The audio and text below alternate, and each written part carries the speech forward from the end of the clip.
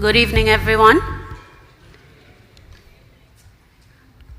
We are about to start, and as we get ready to start, I ask that we stand and let us welcome our Governor General, Her Excellency Dame Marcella Liburd.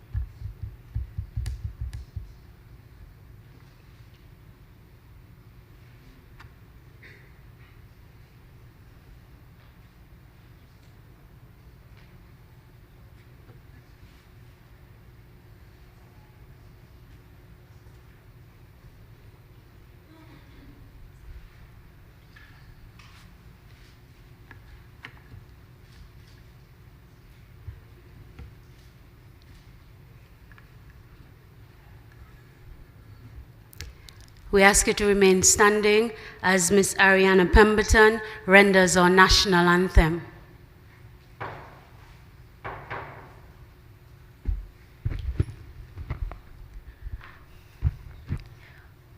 O land of beauty, our country where peace abounds, thy children stand free.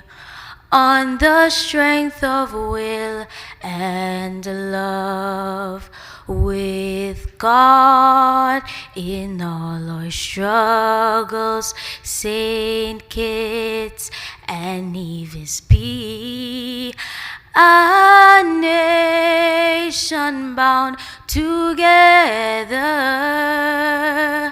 with a common destiny. As stalwarts we stand for our justice and liberty, with wisdom and truth we will serve and honor thee. No sword, no spear can conquer, for God will surely fend. His blessing shall forever to posterity extend.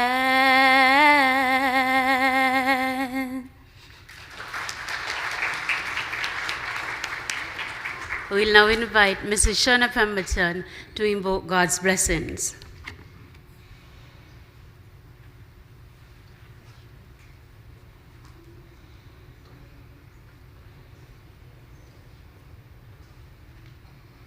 Let us pray.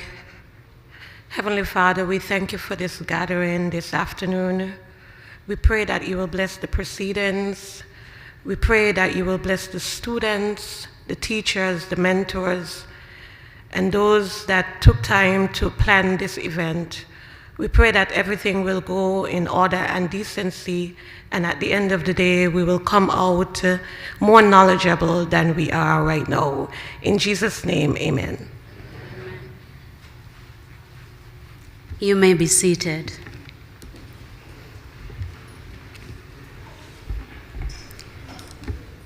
Your Excellency, Dame Marcella Liebert, Governor General of the Federation of St. Kitts and Nevis, Minister, the Honorable Troy Liebert, Minister of Education in the Nevis Island Administration,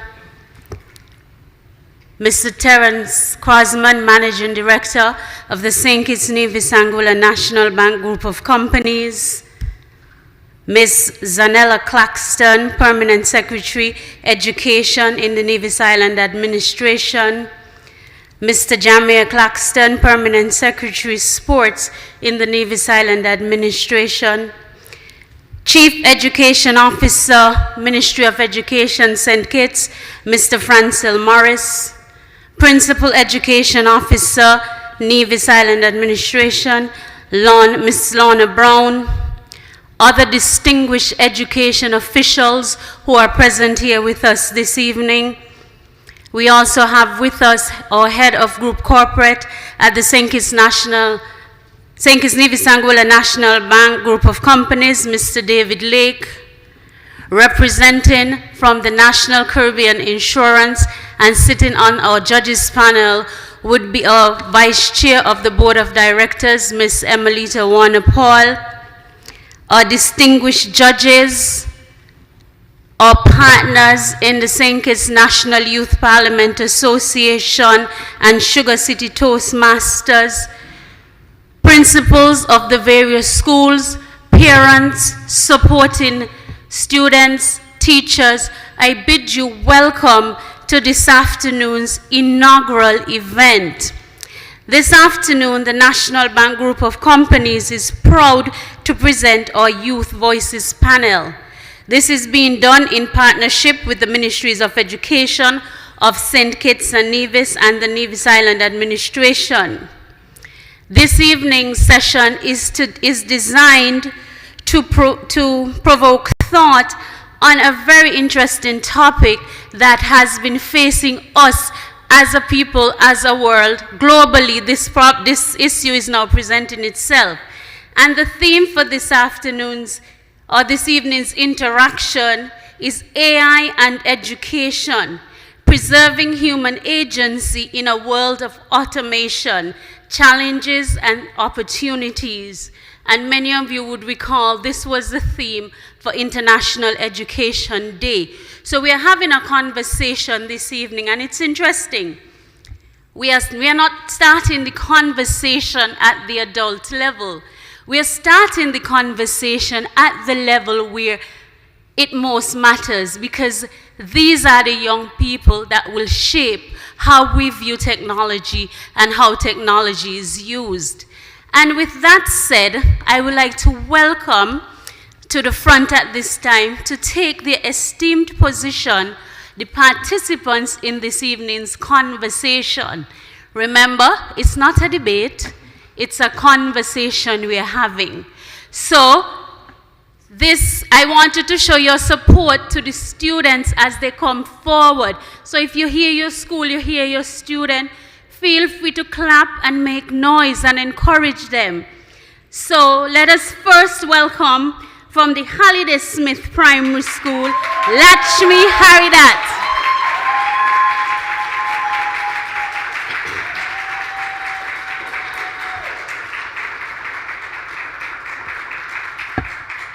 Representing the Sandy Point Primary School, Mr. Desarian Harris.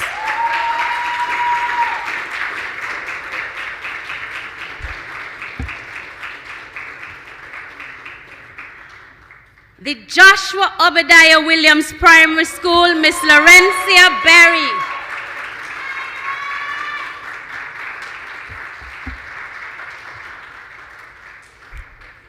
the Tyrrell Williams Primary School, Miss Kizara Evans.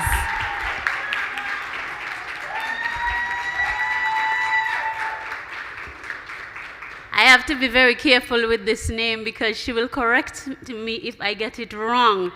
Representing the Ivor Walters Primary School, Miss Sharicia Latouche. I got it right?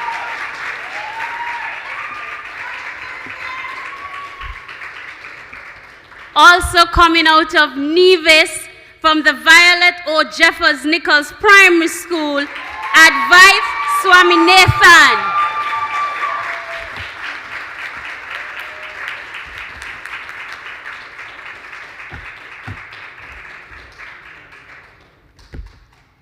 This evening, let's give the students a big round of applause.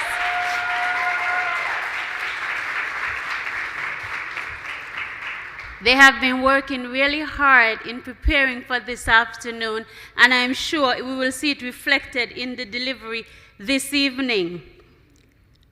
We will give you an update on what's going to happen before we have the opening remarks. This evening's event is designed to engage the students in critical thinking on the topic. Each pair of students will be given a topic based on the theme, and they will propose and they will oppose the moot as presented. That will be round one. Round two will present a defense of what would have happened in terms of the first, second, and third conversation. So we are having 3 conversations basically among the students, one proposing, one opposing, and then you will have a defense round. So I ask you to support the children and encourage them as they go through this process. This afternoon's event would not have been possible without the kind sponsorship of the National Bank Group of Companies. And at this time, I would like to welcome to the podium to give some opening remarks our Managing Director, Mr. Terence Crosman. Let us welcome Mr. Crosman. Thank you, Master of Ceremonies, or Misters of Ceremonies, political correctness. Dame Marcella Librard, Minister Librard. You're not related, right? And other persons were already acknowledged in the greetings from the Master of Ceremonies.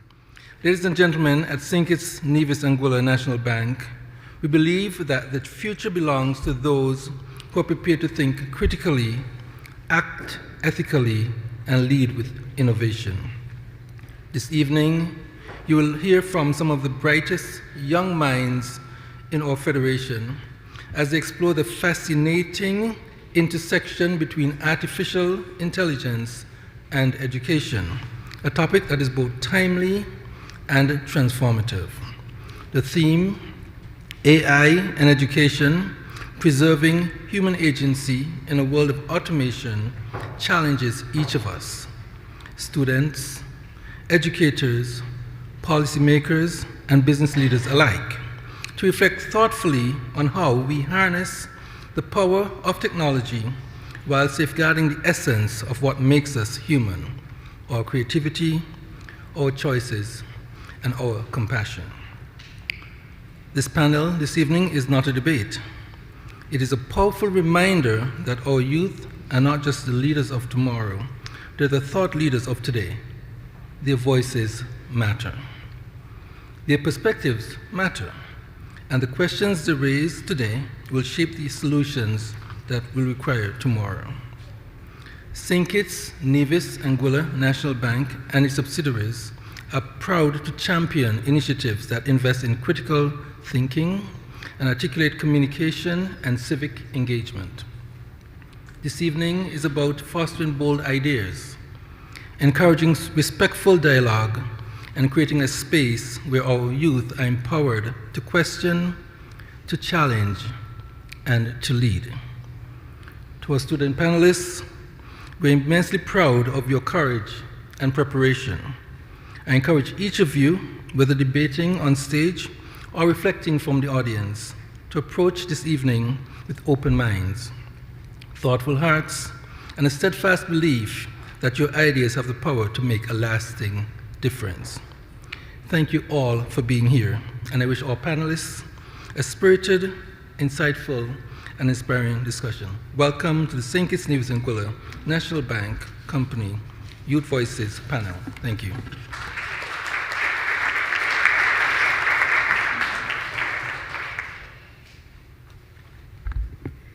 Thank you, MD Crosman.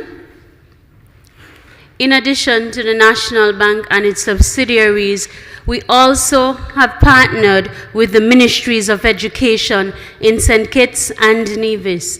And at this time, I would like to invite one of our partners from the Ministry of Education in Nevis, our Junior Minister of Education, the Honorable Troy Liburd, to bring some remarks at this time.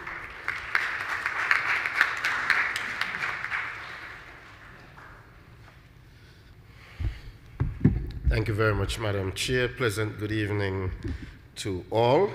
Protocol having been established, please allow me to adopt, save and accept to recognize our esteemed Governor General, Your Excellency Dame Marcella Liburd, and of course the Managing Director who you just heard from.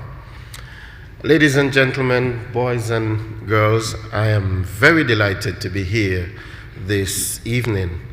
I don't, after working a hard day, I don't come out in the evening unless it is for something important.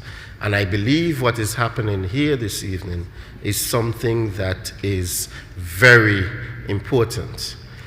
As a matter of fact, when I first heard about the idea of doing this from the National Bank, I believe that it was Mr. Lake who told me about it. I was on board from the very beginning because I believe that an event such as this gives our young people an opportunity to hone their voice. The voice is very important. We all speak, all of us. From we are very young, we learn how to speak and how to communicate. But there's a difference with just talking and being able to effectively communicate. I believe a forum such as this provides an opportunity for our young people to learn how to effectively communicate, to learn how to have a topic, how to dissect it from all sides, to learn how to critically think about something. And so I want to bring the National Bank group of companies in for very high commendations.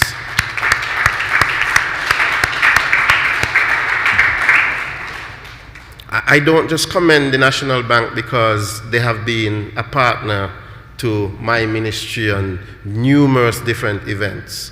I am commending them for coming up with this one pretty much on their own, because National Bank is not just any bank. National Bank is our bank. It belongs to us, the people of St. Kitts and Nevis. And it must feel good to know that our bank is looking out for the very young and the most vulnerable citizens of our country. So I want to bring them in for very high commendation. I can't say enough about this activity this evening. This is something that I have spoken about doing in Nevis at the high school level. I'm very happy that it's happening at the primary school level though, because this is where the students really, where the brain is developing fast. And so I'm happy that we are capturing them at the primary school level. Students, you have a wonderful opportunity this evening. You are the very first to be participating in this event. And I know that you are all intelligent and wonderful students. So I'm looking forward to something good. It's not a debate, of course. It's just an interaction. It's just getting to know your voice, okay? Each and every one of you has a voice. And you have the Governor General who's here to listen to you. The Governor General is the leader of the country, okay? So do feel honored. So ladies and gentlemen, again, I want to commend the National Bank, and I want to thank you for the invitation, of course. I'm always happy to be identified with anything that promotes the youth of our federation. Thank you.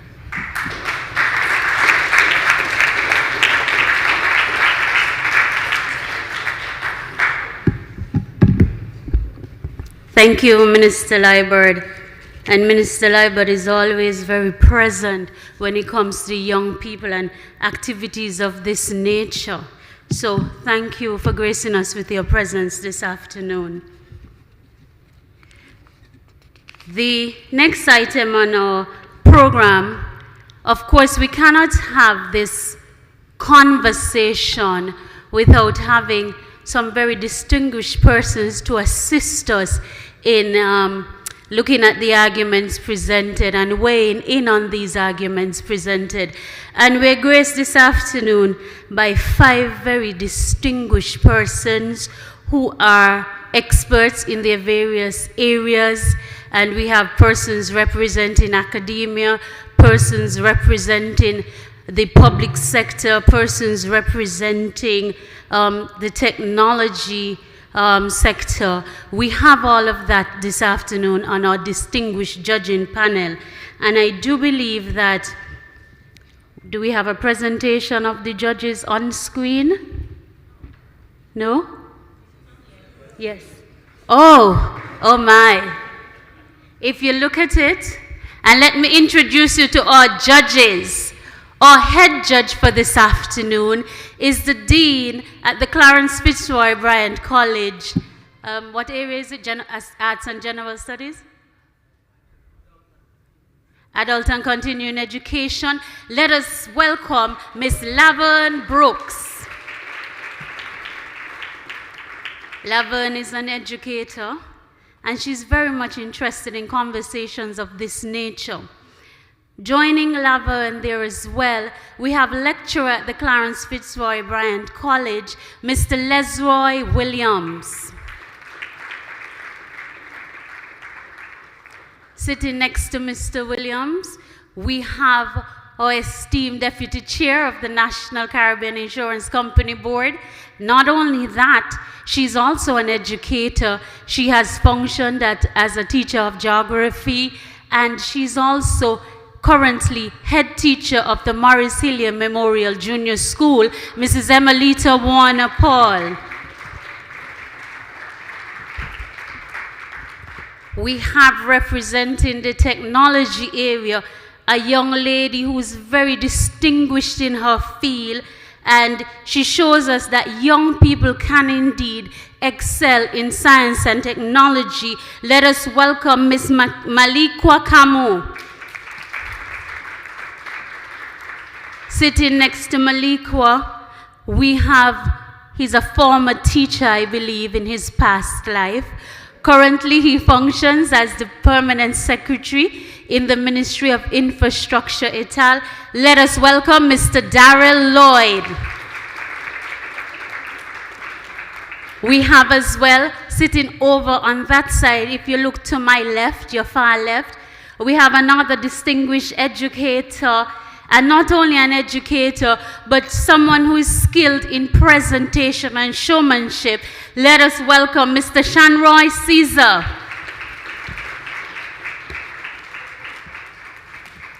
Ladies and gentlemen, there you have our 6 distinguished judges this afternoon.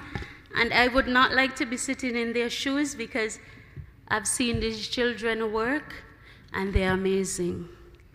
And now we begin our conversation. We will move into the first of 3 exciting rounds. In each group, 2 students will present opposing views on a key topic related to AI and education. Each speaker will deliver a 5-minute prepared statement, followed by a defense discussion where they will respond to questions from each other. So what will happen, each student will present for 5 minutes. Following that, we give them a little time, maybe a minute or two, and y'all can do it in that time, right? Yes, they're ready. And then they will ask questions of each of the presenter based on what they would have argued. So we will now start round 1. And in round 1, our first 2 presenters will be presenting on the topic, AI is becoming a part of schools worldwide, period. AI must have a major role in education as it is not a threat to traditional learning. I will read that again so all of us can absorb what the topic is. AI is becoming a part of schools worldwide, period. AI must have a major role in education as it is not a threat to traditional learning. We have proposing the topic, representing the Halliday Smith Primary School, Miss Lakshmi Haridat. So let us welcome Miss Lakshmi Haridat.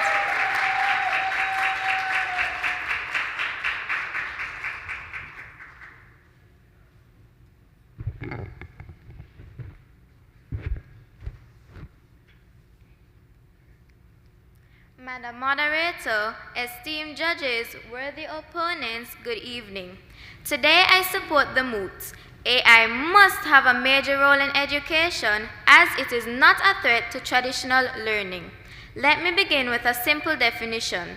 Artificial intelligence, AI, according to the World Economic Forum 2023, refers to computer systems that can perform tasks, usually requiring human intelligence, such as understanding language, recognizing patterns, solving problems, and making decisions.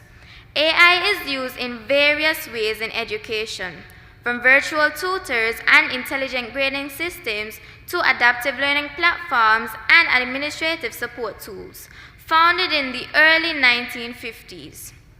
Research by the World Economic Forum 2020 suggests that AI and learning digital tools rapidly transform how students learn and teachers teach, with growing evidence that technology can improve educational outcomes when used effectively.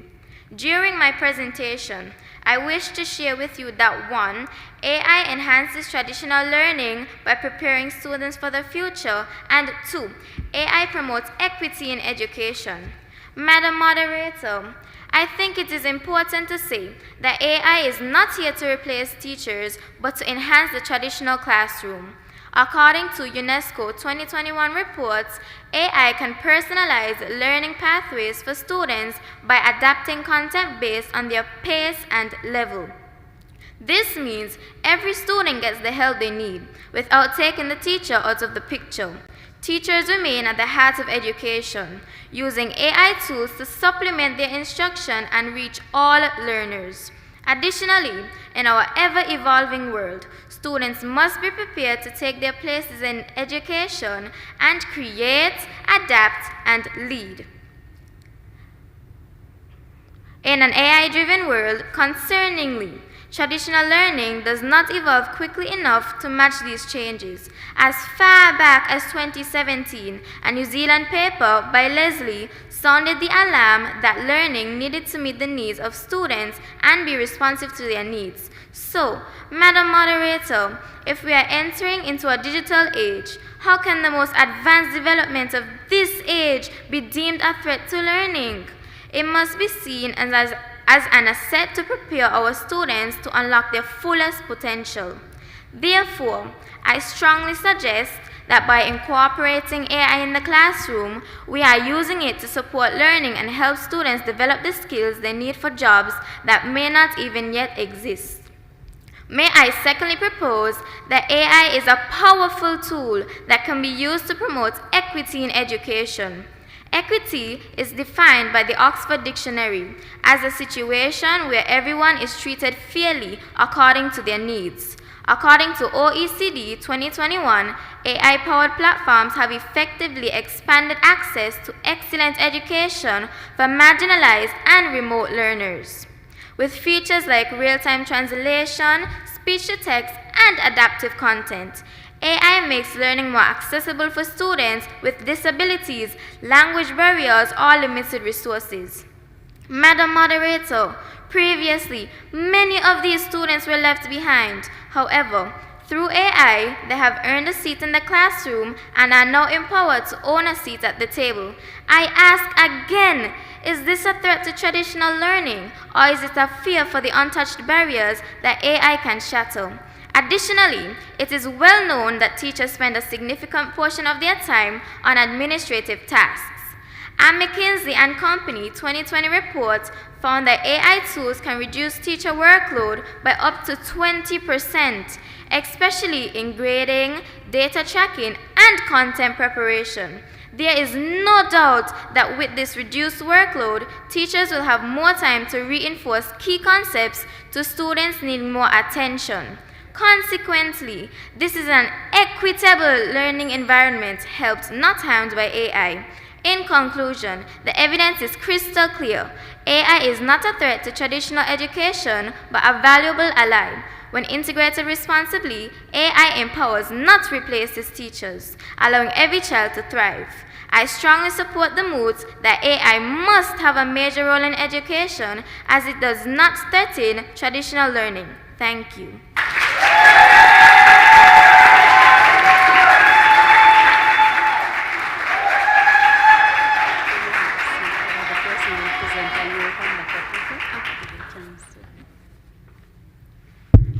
All right, let us hear it. Halliday Smith Primary, Miss Lakshmi Harinath. Lakshmi spoke for a time of 4 minutes and 56 seconds. Now we would like to welcome to speak against this statement, representing the Tyrrell Williams Primary School, Ms. Kizara Evans.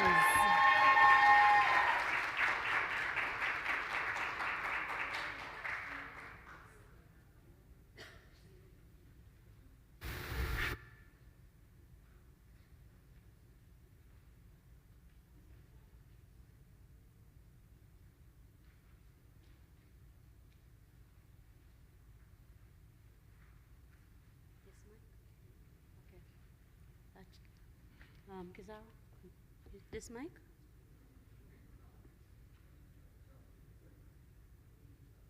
She'll use this mic. Okay. Come.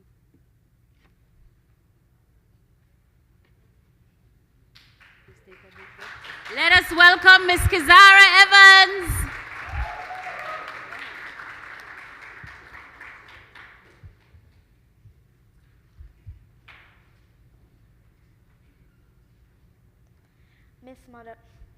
Miss Moderator, esteemed judges, ladies and gentlemen, do we want a future where learning is driven by computation or compassion?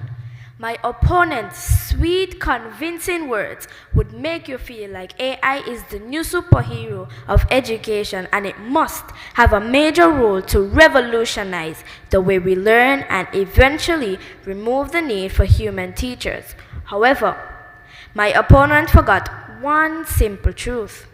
AI could never offer human connection, and that is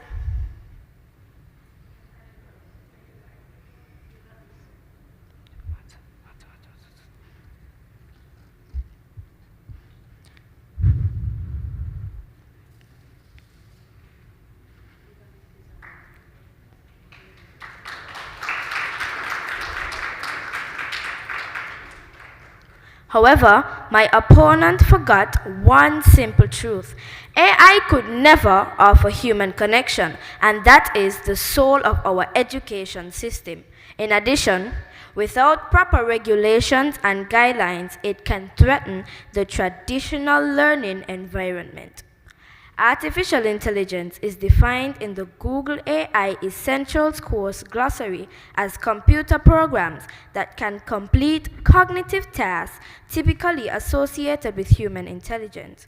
When AI is applied in education, it augments the ability of teachers by assisting with repetitive tasks like grading and scheduling. Let me pose the questions. Can a machine truly understand the heart of a child? Can a machine notice a unique situation that is causing anxiety in a student's eyes? Or the pride in their face after a breakthrough? The answer is a resounding no. Without human interaction, education becomes mechanical, impersonal, and detached from the very students it seeks to serve. According to a 2023 UNESCO report, strong teacher-student relationships are among the most significant predictors of academic success and emotional development. AI, if inappropriately used, dehumanizes the learning process by replacing a teacher's intuition and soft skills with procedures, natural language processing, and machine learning to create a data-driven scenario of what is best for a student based on thought pattern. Though this may result in quick delivery of content, it does not equate to a teacher's mentorship, motivation, innovation, and care.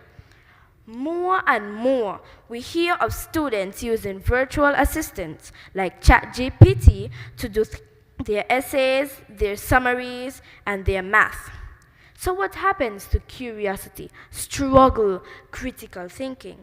In a 2023 study published in the Journal of Education, Technology, and Society, Stockett and colleagues concluded that over-reliance on AI stifles problem solving and reduces long-term retention.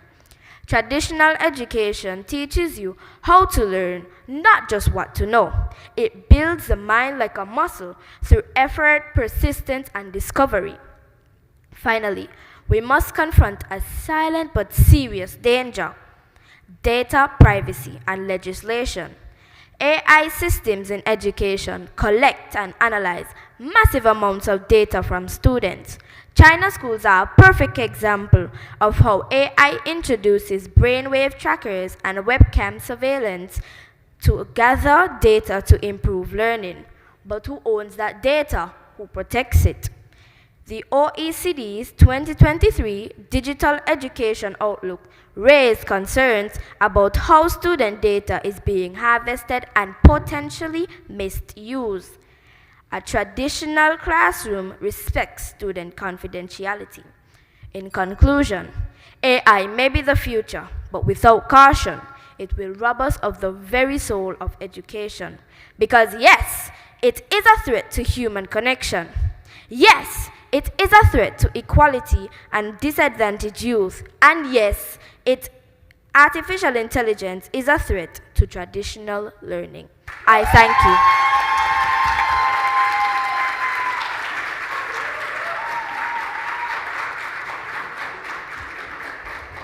Thank you very much, Ms. Kizara Evans.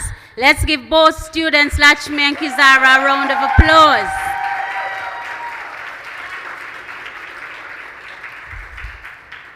So at this point, the judges will score the prepared presentation while the students prepare for the defense round. During this time, the students will prepare their questions. Oh, the time. Oh, yes, I forgot. I'm so sorry, Carissa. 4 minutes, 55 seconds. Okay, 4 minutes and 55 seconds for Kizara. So in the defense discussion, what will happen is that each student will pose 2 questions of their counterpart. Question 1, the student will pose. The opposing student will respond. They will pose question 2, the student will respond, and then we flip it. Same practice, but just a different student asking the questions. So we're clear on the concept. So we'll now give 1 minute, and I ask you to give the students a little silence so they can prepare themselves. And when we come in the defense round, we'll start in the opposite direction, where Ms. Kizara Evans will go first and ask her questions, okay? 1 minute.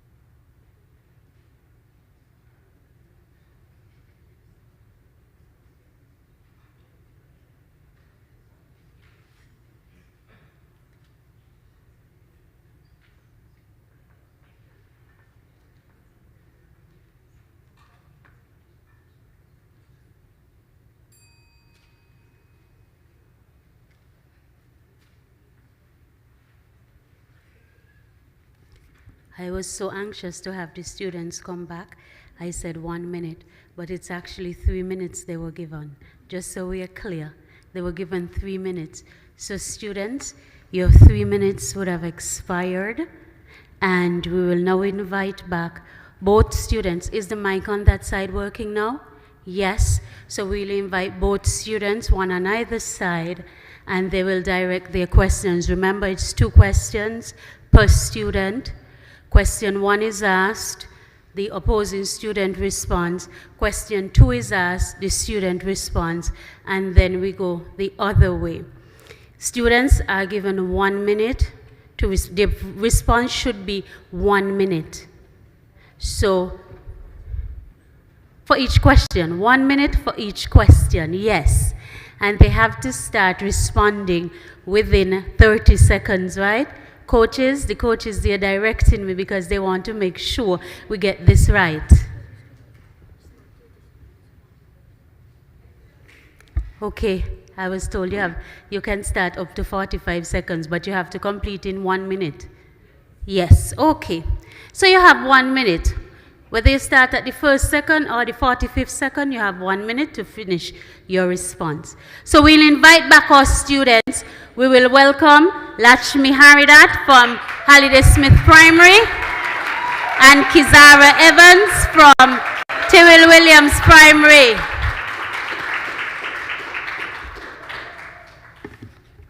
We will start with Miss Evans, so she will ask you the question. So you will face her, she will ask, you respond, then she will ask another question, you respond, and then once that is done, you will ask your question, question 1, allow her to respond, then ask question 2, and allow her to respond, okay? Are we clear, students? It's supposed to be, she asked me a question, I answered, I asked her a question, and she answered, like one. Oh, the children schooling me, I apologize. 1, 1, 1, 1. So it's back and forth, it's a conversation. Okay, I apologize.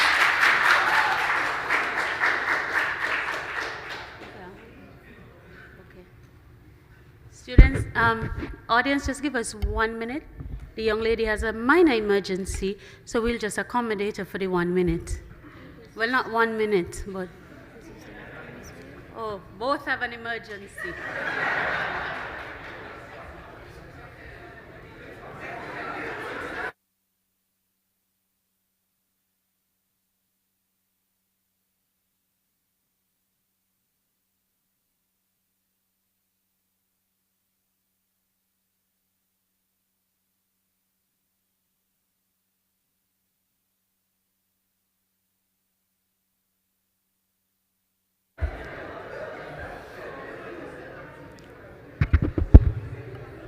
They're cold and they're nervous. Somebody went with them, right? Javel went to just make sure. Okay. In the meantime, while we wait on the students, I would like to recognize the 2 hard-working head teachers of the schools that just presented. The head teacher of the Halliday Smith Primary School, Mrs. Chanel Byron Cassius. And the head teacher of the Tyrrell Williams Dragons, Miss Pedro, please stand.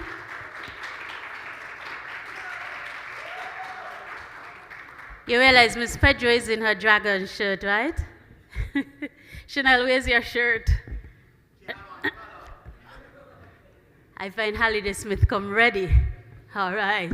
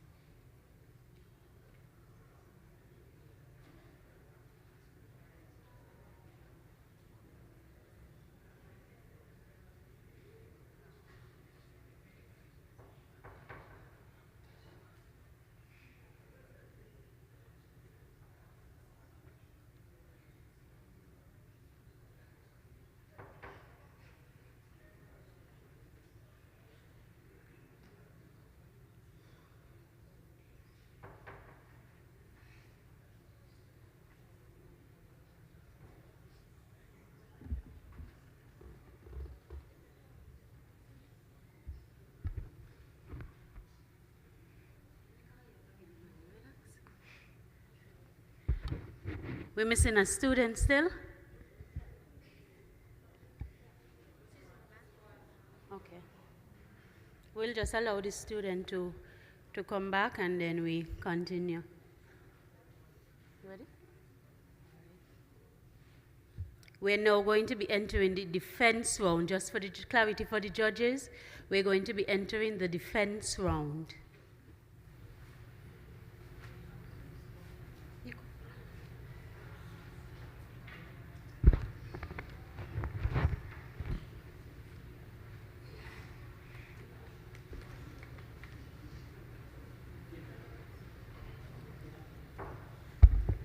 Miss Latouche is back. And so we begin the defense round, and we'll start with Miss Evans from the Tyrrell Williams Primary School.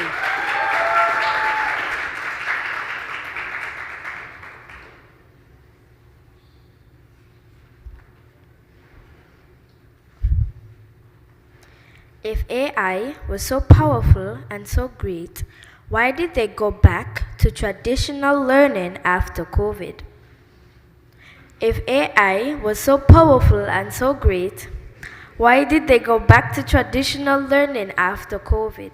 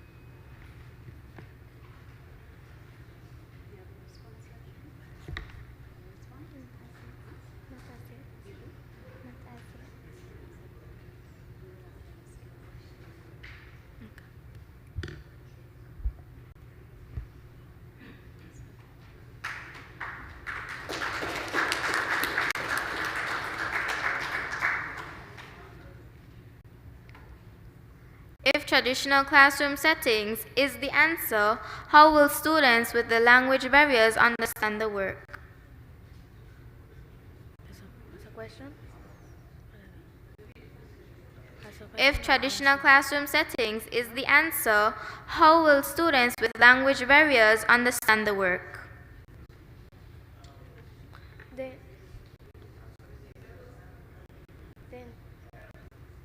they're supposed to give an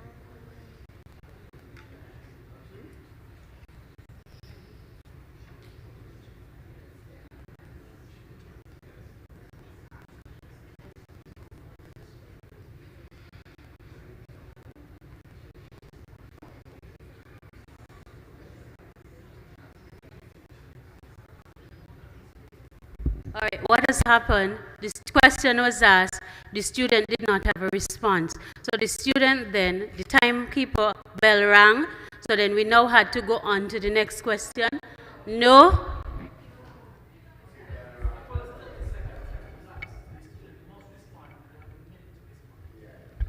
A minute had lapsed.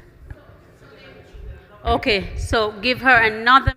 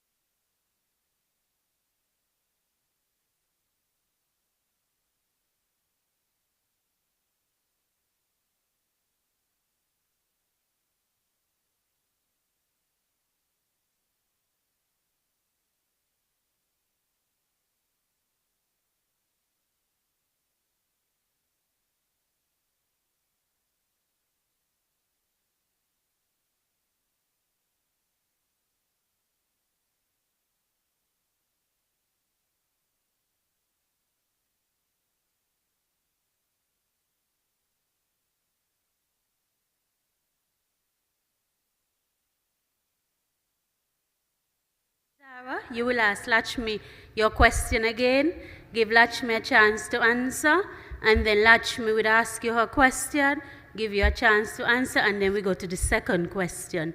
It may not be in the paper you have in front of you, but just think about if somebody came up to you and asked you that question, what would you say to them? What would you say to Ms. Cassius if she asked you that question?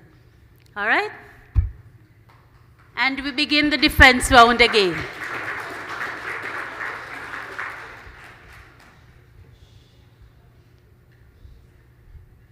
If AI was so powerful and so great, why did they go back to traditional learning after COVID? If AI was so powerful and so great, why did they go back to traditional learning after COVID?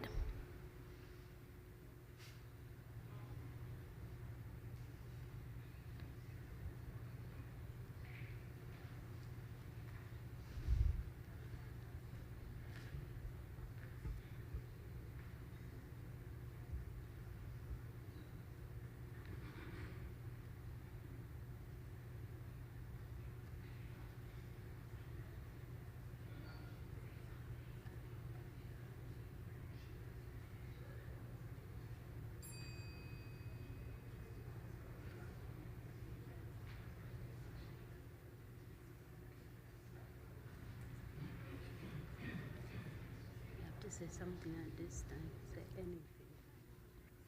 Make something out your paper, answer it. Okay. All right.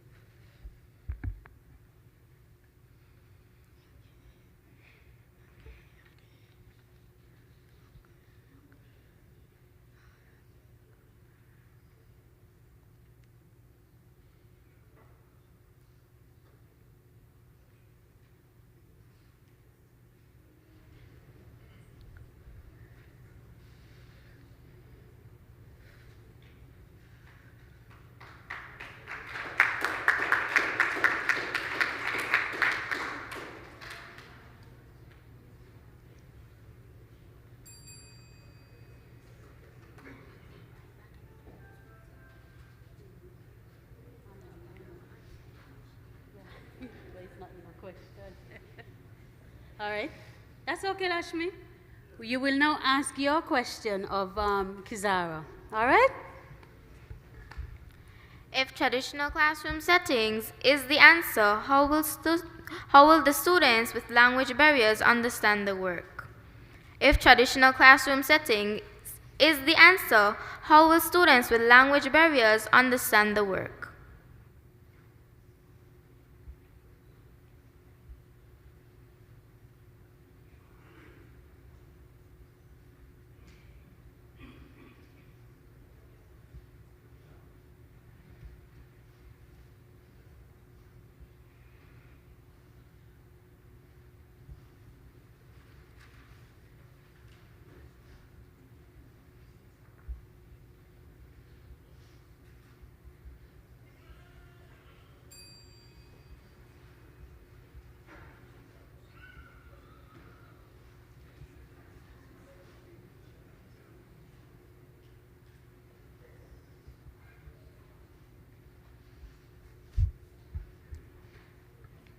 Because in traditional learning, they are interacting, which gives them a better experience at learning the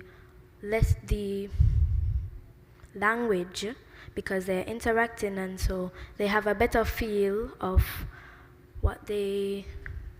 how they could express themselves in the language. But with AI, it's not always correct, so sometimes you don't always know if it's the correct language that you're speaking, because you could be asking AI how to talk Spanish, and they're actually telling you how to talk in Korean, so you could never know.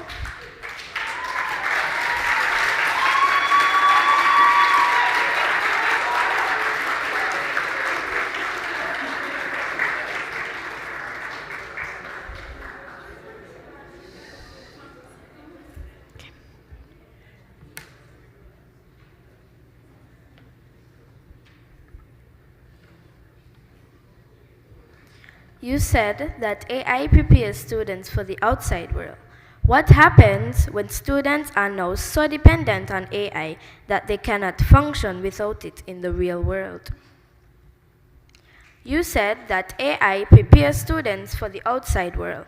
What happens when students are now so dependent on AI that they cannot function without it in the real world?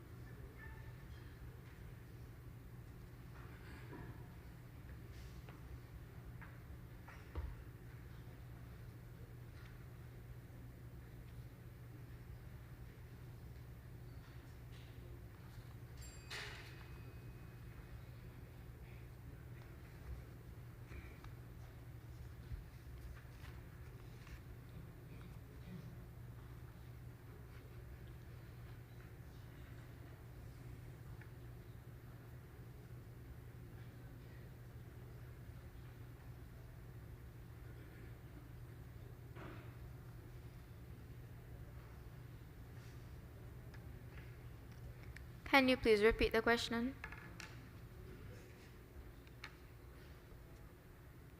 Could you repeat it? You said that AI prepares students for the outside world. What happens when students are now so dependent on AI that they cannot function without it in the real world?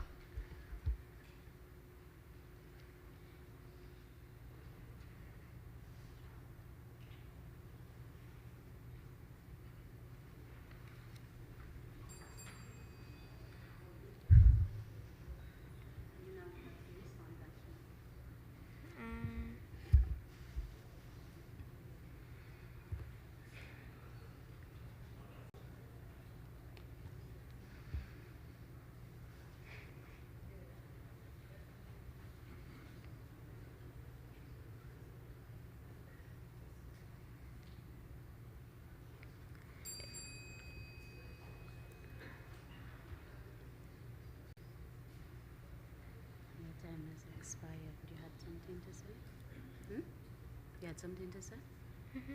Okay, well, say it. You have to say it now. Lachmi indicated she had a response, so they're new to this, so we'll allow her to just speak at this time.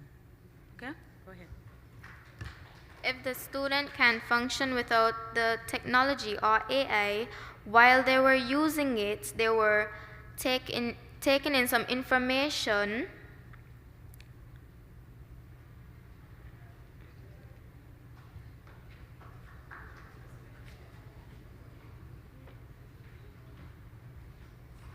They were taking in some information about when they were using the AI.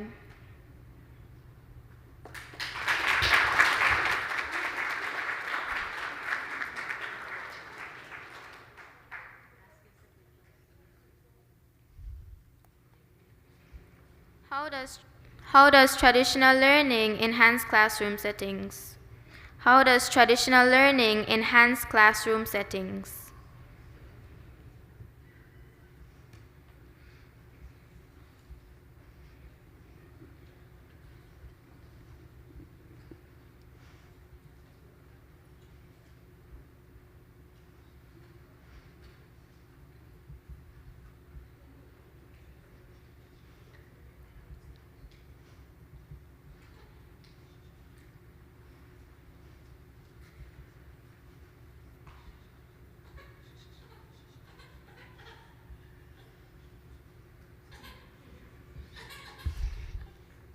Traditional learning enhances classroom settings because they are interacting in person, and so they get a better feel of how to speak in real life to people and how to socialize and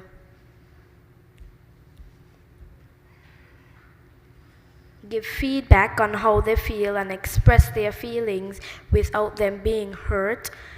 And it also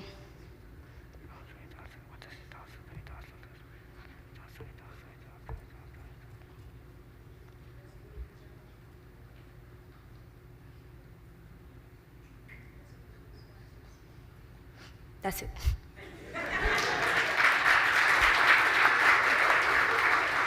Thank you.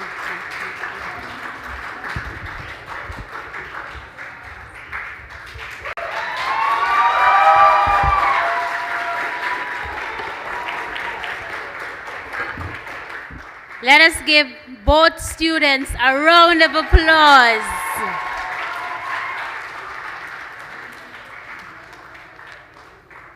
Audience, I want to thank you for your indulgence.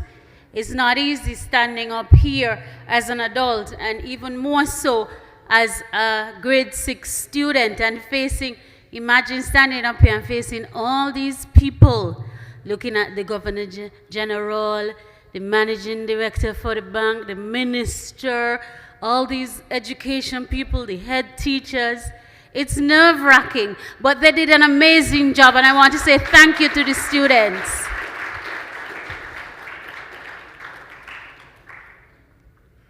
So we give the judges a minute to score this round, and then we move to round 2. And in round 2, while the judges are scoring this round, I will give you the topic for round 2. The topic for round 2, AI makes learning more interactive. It will truly replace traditional learning methods, allowing learning to be technology dependent. I'm going to repeat it again. AI makes learning more interactive. It will truly replace traditional learning methods, allowing learning to be technologically dependent. So we've heard the topic. Judges, are you ready for round 2? Just a thumbs up will do.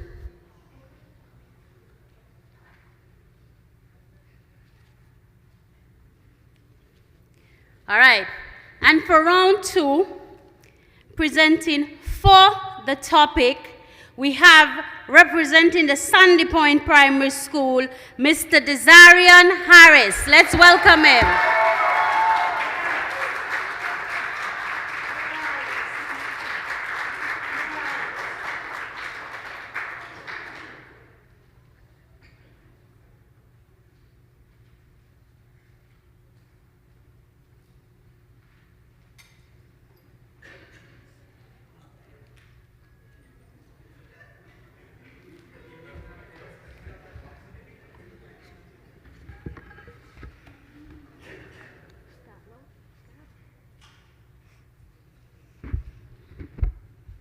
Excuse me. If you could please come. The mic. Just the mic. My mentor told me not to touch the mic, so if it breaks, I'm not responsible. He wants me to fix the mic because if it breaks, he's not responsible. Is this comfortable? Yes.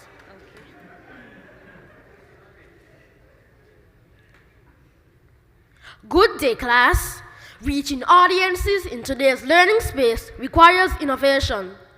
Forgive me then for using this opportunity to approach today's lesson from the perspective of a teacher. The profession is, after all, under threat from the revered but often feared artificial intelligence. My name is Desarian Harris, your substitute teacher. Today, the syllabus asks us to explore this exciting topic. AI makes learning more interactive. It will truly replace traditional teaching methods, allowing education to become technology-driven. I will argue in support of this statement. Artificial intelligence will replace traditional teaching methods, whether we like it or not. Before we dive in, let's quickly review some key terms. Artificial intelligence is defined by Britannica Kids as the ability of a computer or a robot to do tasks that normally need human intelligence. The Cambridge Dictionary defines interactive learning as the ability of learners to actively take part by doing things like talking, moving, and answering questions, while traditional teaching methods can be defined of all the ways of teaching where students sit and listen. While technology dependent, as defined by Technopedia, is needing digital tools like computers, apps, or the internet to do everyday tasks. Are you with me? Good. Today's topic is based on the fact that AI makes learning more interactive, and it truly does. When we use AI, we don't just sit and listen, we play games, answer quizzes, get instant feedback, and even have conversations with computers. Learning becomes more exciting. However, some of us don't always use AI properly. Sometimes we accept whatever AI tells us without question. AI can be interactive, but only if we use it wisely. Here are a few reasons why AI will replace traditional teaching methods. First, AI personalizes learning. Every student is different. Some of you learn quickly, while some need more time. A regular teacher has 30 students to manage. Even the best teacher cannot give personal attention every second. But AI can. Studies show that over 70% of students do better when lessons are personalized. Schools using AI have seen student scores increase by 25%. That's smart learning. Secondly, AI makes learning happen anytime, anywhere. At home, on the bus, even at the beach. Open an app and boom, the classroom comes to you. The Online Learning Consortium reports that over 60% of students say they learn better when they choose when and where to study. And guess what? AI can show you a 3D solar system or let you explore the human heart.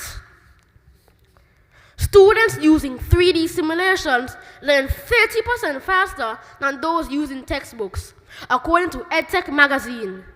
With AI, learning isn't just easier, it's an adventure. My learned audience, a quick reality check. Before we rush fully into AI, we must make sure it's fair for everyone. Dr. Carla Barnett, CARICOM Secretary General, warned the United Nations that AI must be carefully regulated, or it could leave people behind. We must prepare carefully so that everyone wins, not just a few. So, what have we learned today? AI helps us learn better, faster, and more interactively. It personalizes lessons. It makes learning possible anytime, anywhere. It brings lessons to life. I firmly believe that while I love my current teacher, her role will change as AI grows and traditional teaching methods will fade away. And I am excited for these new frontiers. In fact, AI is not the future of education.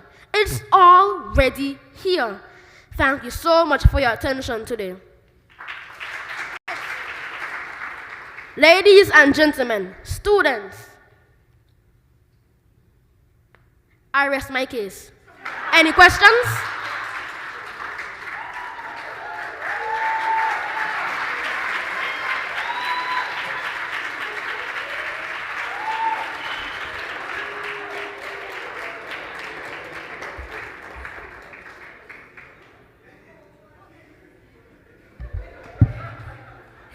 There we had Mr. Desarian Harris of the Sandy Point Primary School. Desarian spoke for 4 minutes and 51 seconds. Now we will have, presenting her position on the topic, representing the Ivor Walters Primary School, Miss Chericia Latouche. Let us welcome Chericia.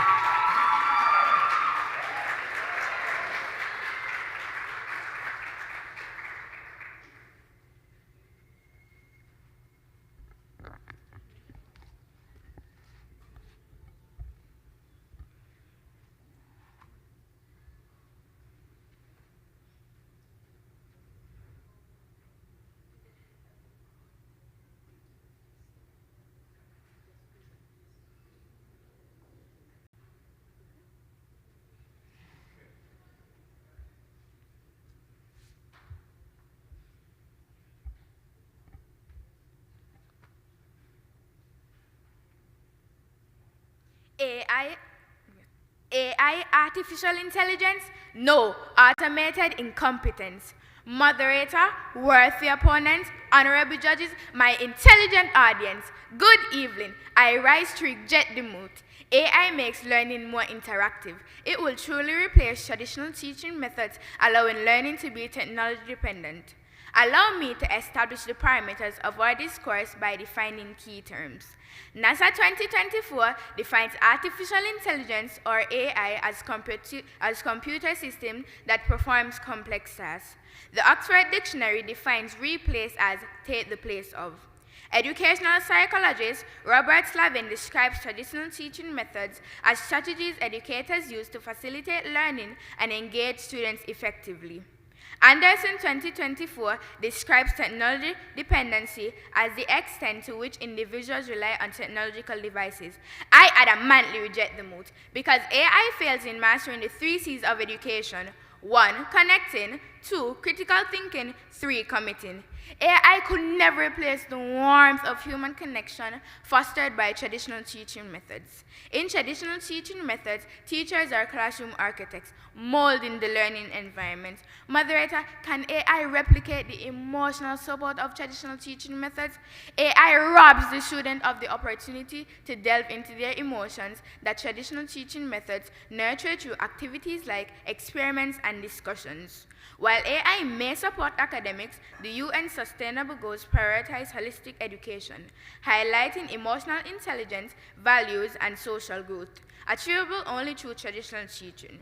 Through these methods, teachers become mentors who inspire beyond academics.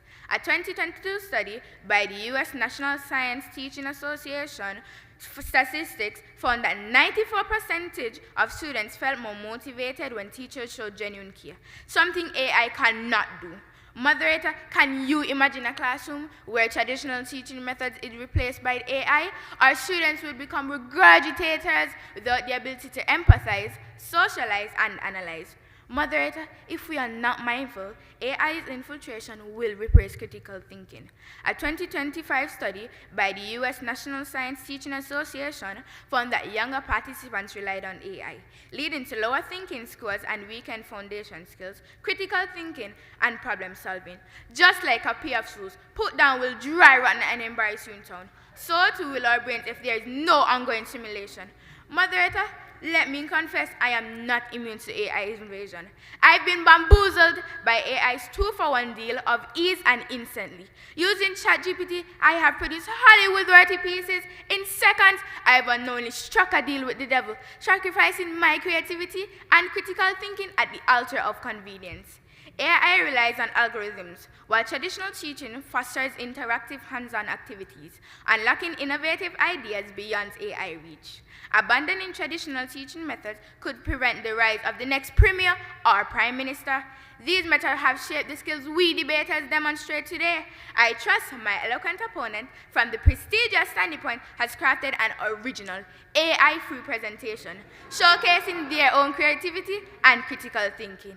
AI is undependable. A 2023 study by Purdue University found that 52% of ChatGPT answers are inaccurate, further highlighting how AI eloquence blindsides users, style over substance. However, traditional teaching methods relies on resources created by credible experts. Unlike AI, traditional teaching adapts instantly, creating an engaging and inclusive learning environment where no student is left behind. Moderator, my opponent proposes replaces traditional teaching methods with AI, a system plagued by hacking and technological issues. As my grandmother would say, we get a 6 for 9. Moderator, I have presented AI, the arrogant imposter. Had we not been products of traditional teaching methods, we would be deceived into believing that AI, a mere tool, could replace traditional teaching. As my wise grandmother would say, don't bite the hands that feed you. Stand with traditional teaching methods that has shaped us today. The opposition rests.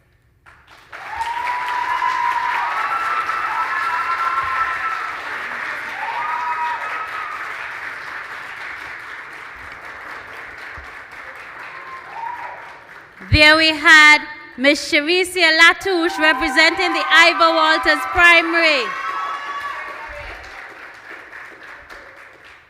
Charisia brought the whole boat from Nevis. Let's give the students another round of applause. Desarian and Cherisia. And I can see she spoke for 4 minutes and 33 seconds. I'm not going to tell you, I sat here and I watched the head teacher. I think she's the head teacher for Ivor Walters. And she was ready to fall out her seat. And you see, she's saying all kind of prayers, setting up all kind of cross over there. Let's recognize the head teacher. What's your name, ma'am? Miss Brown? Miss Brown of the Ivor Walters Primary. And she's seated to Miss Cool, Calm and Collected, the head teacher of the Sandy Point Primary School, Miss Sasha Warner. So we'll give the students a little time to prepare, and we said 3 minutes. And so let's be quiet. Starting now, you have your time to prepare, students.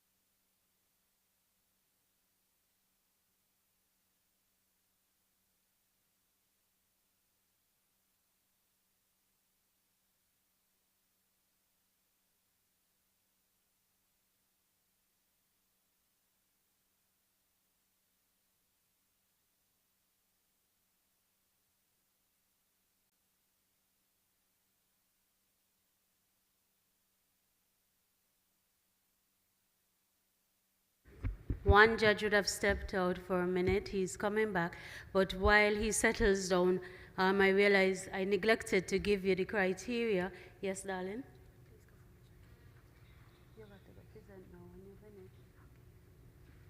All right. The criteria for the prepared statement. The segments were content and clarity, logical development and organization, persuasion and elocution, and confidence and personality, each scoring 10 points for a maximum of 40 points for the prepared segment. In terms of the defense discussion, the criteria goes as follows: craftsmanship of the question, 20 points, comprehension of the response, 15 points, persuasion and elocution, 15 points, confidence, 10 points, for a total of 60 points. So together, the prepared presentation and the defense discussion were valued at 100 points. In addition to that, we are also judging the best speaker for this evening, and the best speaker will be judged based on content, clarity and organization, style and delivery, engagement and persuasiveness, and rebuttal and refutation. All right? So, are we ready for the defense round with Desarian Harris and Sharicia Latouche? Let us welcome them back.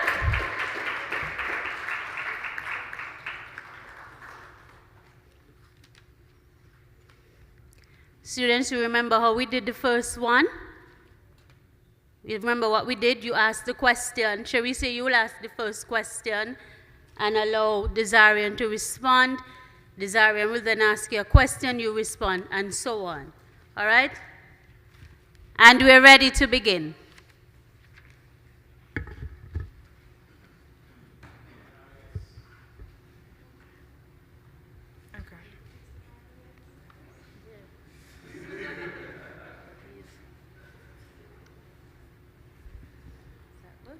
Yes, wait.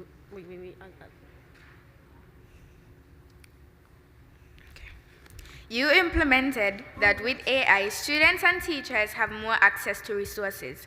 However, some of what you said sounds like over-dependence. How will students develop critical thinking and problem solving if they become too dependent on AI? Well, what?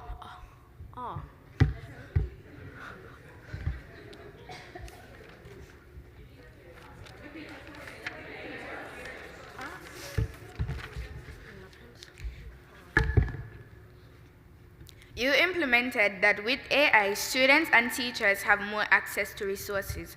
However, some of what you said sounds like over-dependence. How would students develop critical thinking and problem solving if they become too dependent on AI?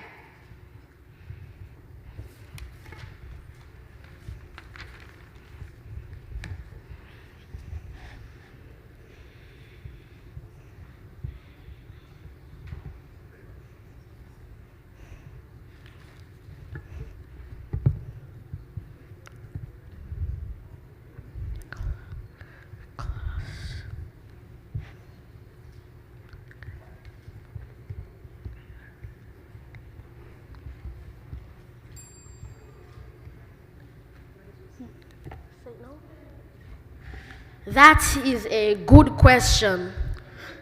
One thing that the class can do is limit the amount of time they have using the AI.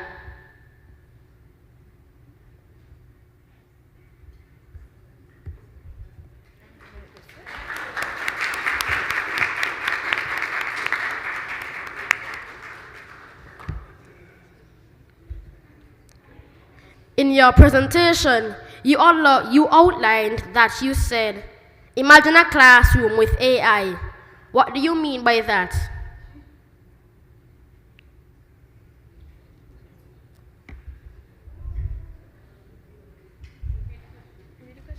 In your presentation, you outlined that you said, imagine a classroom with AI. What do you mean by that?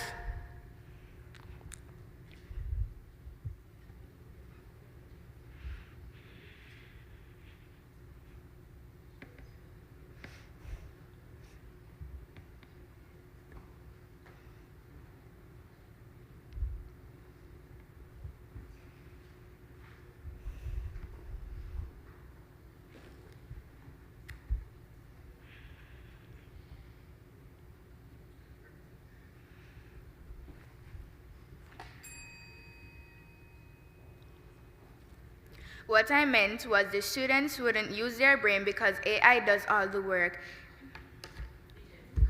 Oh.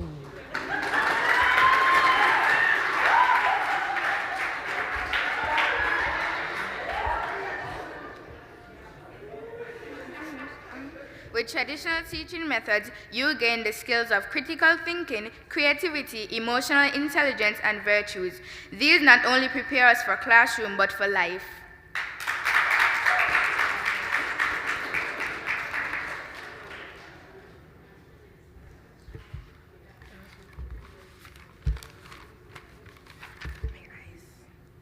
You spoke about AI being interactive and allowing students to improve academically, but how can it help students to develop interpersonal skills like teamwork, empathy, and emotional intelligence?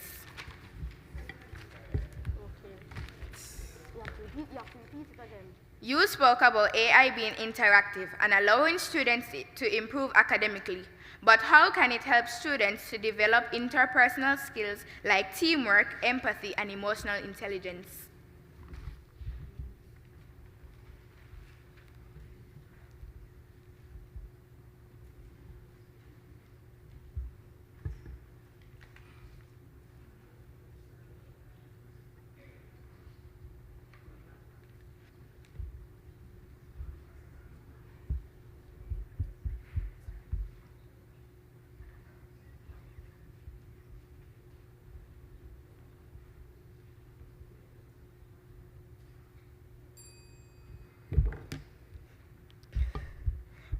The use of AI is only to help students understand things better. The job that you stated is for the teacher.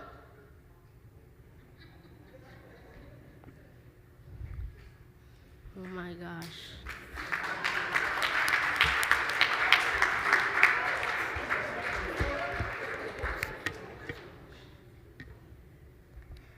I'm curious, may I ask, while making your presentation, did you by chance use AI to help you?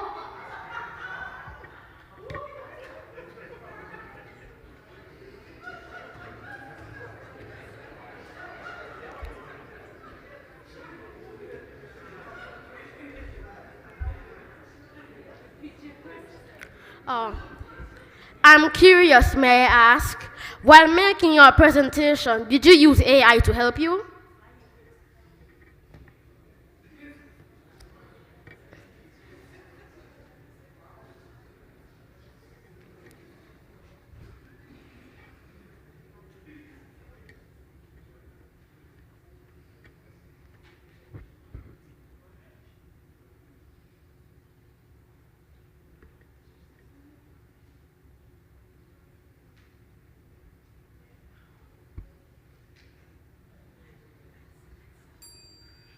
No, I did not use AI because I'm going against it. Why would I use it? AI is a mere tool. It cannot function without the mastermind of a teacher. It may be able to reach the students, but it will never be able to reach the hearts and souls of the children.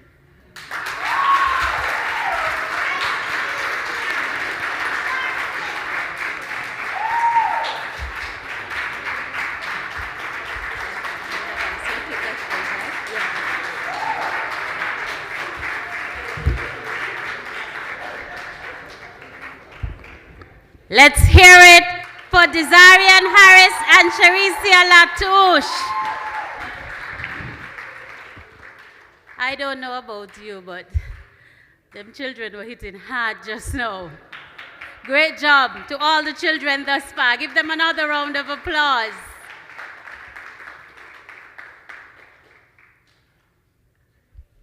While the judges score, we will give you the topic for the final round, and that topic is AI can effectively replace the role of human teachers and classmates. Losing real human connections will not negatively affect the quality of learning. AI can effectively replace the role of human teachers and classmates. Losing real human connections will not negatively affect the quality of learning. And presenting for this particular topic, we have our final two speakers for this evening. And we have representing, I'm just introducing them. When the judges are ready, we'll call them. We have representing the Joshua Obadiah Williams Primary, Miss Laurencia Berry.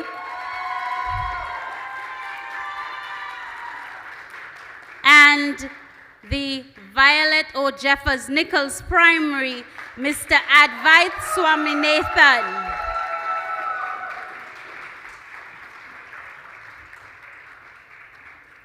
Judges, you will let me know when you are ready for our students, because I know our students are ready for us.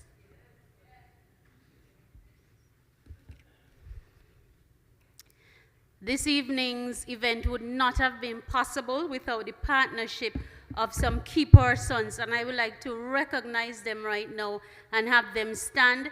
The members of the St. Kitts National Youth Parliament Association,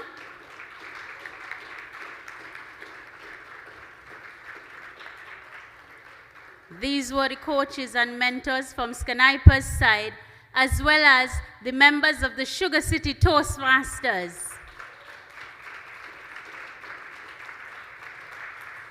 These amazing people, they are the ones who assisted the teachers with prepping the students for this evening's presentations.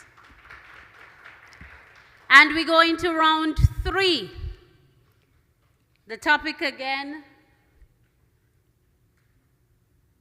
AI can effectively replace the role of human teachers and classmates.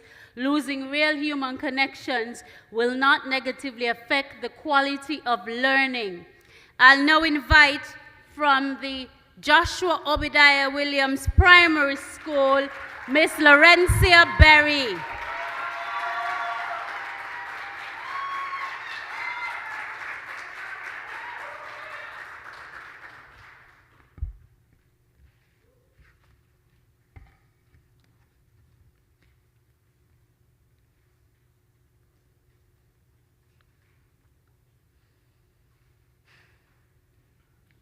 Nelson Mandela penned that education is the most powerful weapon that you can use to change the world. I rise in support of the prompt. AI can effectively replace the role of human teachers and classmates. Losing real human connections will not negatively affect the quality of learning. I will clearly show and convince you that 1. AI can effectively replace human teachers and traditional teaching methods. 2. AI can improve the quality of learning and bridge the academic gap. 3. AI can foster well-rounded individuals and promote real human connections. The famous Calypsonian Mighty Sparrow emphasizes the critical role of education. Otherwise, later on in life, you will catch real hell. Without an education in your head, your whole life will be pure misery. You're better off dead. These few lines of the Calypso speak to not just education, but the quality of learning. So I ask, what happens when students are catching real hell due to outdated teaching strategies and the inequalities in education? Firstly, for far too long, traditional methods, chalk and talk, have dominated the classroom. This is no longer serving us. We, this generation, are into AI. John Dewey states, if we teach today as we taught yesterday, we rob our children of tomorrow. At the 4th CXC Ministerial Summit on AI and Innovations in Technology, President Dr. Irfan Ali of Guyana stressed the urgent need to transition from traditional teaching methods to a more technology-driven approach. AI is the solution. Cross-ETA research shows that AI can adapt educational content and assessments to students' individual needs, optimizing study time and enhancing academic performance. Right here in St. Kitts-Nevis, the government is putting the infrastructures in place to make schools AI adaptable with the one-to-one laptop program. The traditional ways of teaching are failing students. CXC has reported an alarming decline in pass rates for mathematics and English regionally in the May-June 2024 exams. AI is the key to reversing this. For instance, AI data analysis tools identify learning gaps. AI can offer tutoring for students, especially those who are differently able or lagging behind. AI provides 24/7 support. Students, ask yourself, can your teachers do that? We this generation are into AI. Secondly, Forbes newsletter on AI states, educators have traditionally neglected students who need more attention and left more advanced students restless and disengaged. Using AI can help to bridge existing gaps in academics, which were further widened after the pandemic. With AI, no child will be left behind. Think for a moment. When your teacher is unwell or goes to the ministry for training sessions, we the students are losing out on valuable teaching time. Teachers are also burnt out, resulting in high teacher absence and sickness. This has a negative impact on the quality of teaching and learning. AI does not get sick or tired.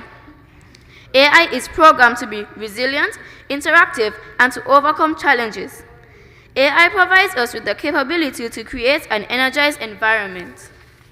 Thirdly, AI fosters equity in learning. AI provides an inclusive learning environment. AI shows no biases in relation to race or social standing. Everyone is equal. There is a rise in parents homeschooling their children. This can be due to social and peer pressures such as bullying. Some students are having a hard time fitting in. With AI, the environment is safer. It is a beacon of hope. Prime Minister Ju stressed the importance of soft skills to be introduced in the curriculum. Prime Minister Ju, AI is the answer.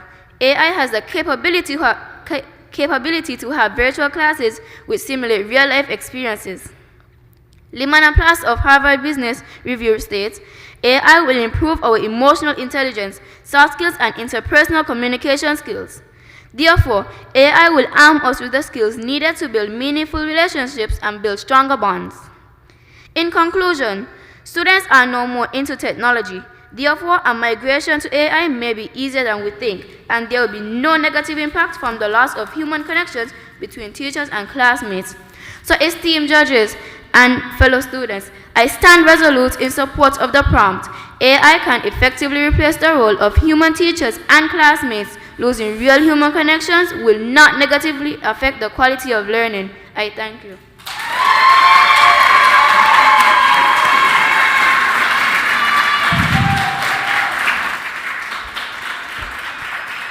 You had Miss Laurencia Berry. Let's give her a round of applause. Laurencia spoke for 4 minutes, 58 seconds. We'll now invite, representing the Violet O. Jeffers Nichols Primary, Mr. Advait Swaminathan. Let's welcome Advait.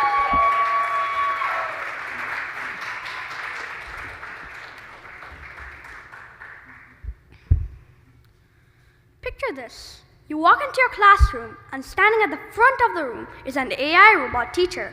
At first, it sounds fun, right? Until the class gets noisy, and a math concept just is not mathing. The AI teacher continues with its lesson, and you leave class confused. Moderator, my fellow opponent, and esteemed judges, good afternoon. John Spencer once said, and I quote, "For all the hype about AI replacing teachers, the reality is that teachers are irreplaceable. It is deeply a human endeavor." End quote. Teaching is far more than delivering information. It's about connection, care, and understanding. Only a passionate educator can spark creativity and inspire the creation of a safe learning space. To guide our discussion, let us define AI. According to Copeland 2025, artificial intelligence is, and I quote, "the ability of a digital computer or computer-controlled robot to perform tasks commonly associated with intelligent beings." While AI can be useful for supporting learning, it is dependent on human input to learn, making the transformative human connection of a teacher irreplaceable. On this backdrop, I strongly believe that artificial intelligence cannot effectively replace the role of human teachers and classmates. Firstly, replacing teachers with AI creates a loss of human connection. AI is a treasure chest of information, but it cannot pick up on social cues or detect when a student is having a difficult day or is confused. A human teacher will notice when something is off and offer encouragement.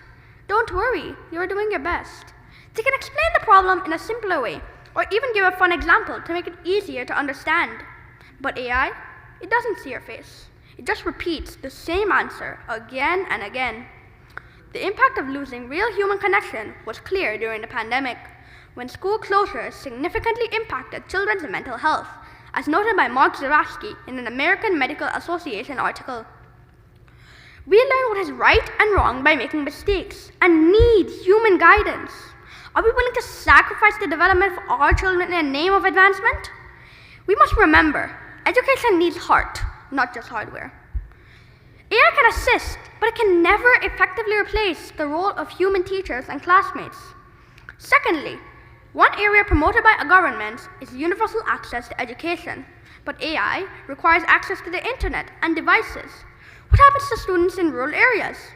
Shouldn't educational developments ensure equality over separation? Replacing human teachers with AI will further widen the education gap. Moreover, human teachers help students develop critical thinking skills. Overdependence on AI tools may weaken these abilities, which are essential in a well-rounded student. A study done by Gerlich, 2021, found that younger participants who were more dependent on AI tools had lower critical thinking scores. Microsoft 2025 found a similar trend. The higher one's confidence level in AI, the weaker critical thinking became. Is this what we consider effective teaching and quality education? As the saying goes, give a man a fish and you feed him for a day. Teach a man to fish and you feed him for a lifetime. By making AI the teacher, are we giving students a fish or teaching them how to fish? Even Alexander the Great needed help from his teacher Aristotle. In conclusion, only a real classroom with caring teachers and classmates can spark the true joy of learning. For these reasons, I strongly believe that artificial intelligence cannot effectively replace the role of human teachers and classmates, and that this will negatively impact the quality of education. Moderator, I rest my case.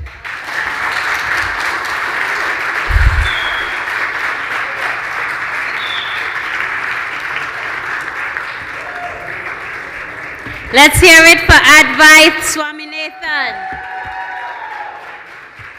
Advait would have spoken for 3 minutes and 58 seconds. We now have 3 minutes of quiet time for the children to prepare.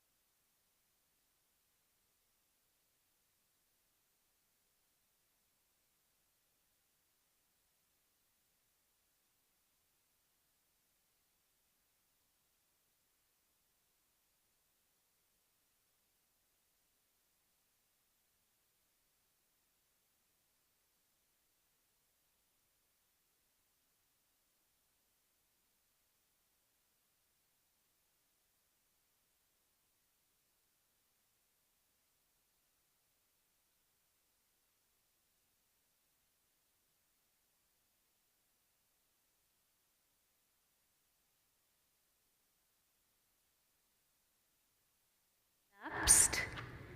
And we'll now invite the students back, Miss Laurencia Berry of the Joshua Obadiah Williams Primary and Mr. Advait Swaminathan of the Violet O. Jeffers Nichols Primary. And the defense round begins.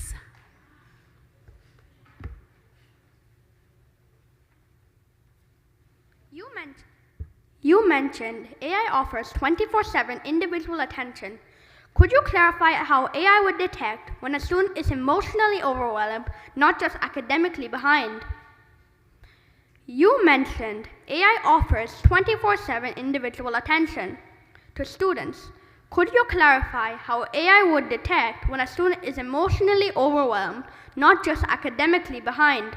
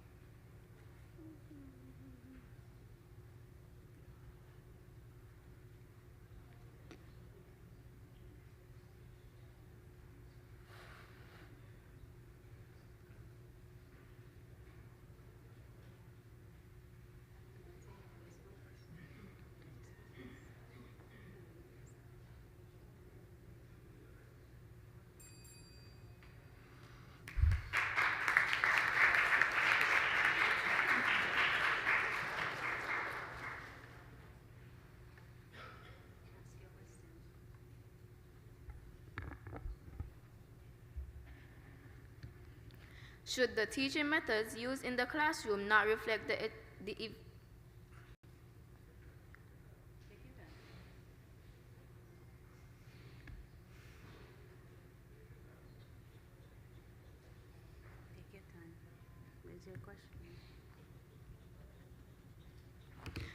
Should the teaching methods used in the classroom not reflect the evaluation of students' interest? Should the teaching methods used in the classroom not reflect the evaluation of students' interest?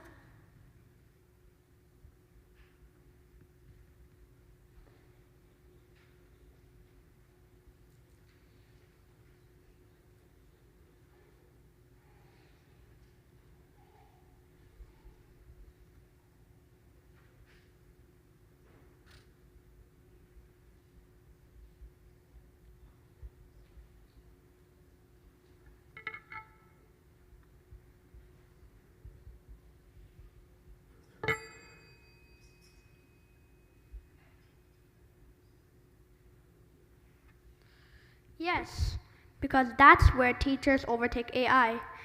In mid-lesson, teachers can change the course where they're going depending on the student's mood or attention span. Meanwhile, AI, it's based on programming, so it cannot interfere mid-lesson. It is programmed to continue a lesson no matter what, whether a student is emotionally depressed or is having a bad day.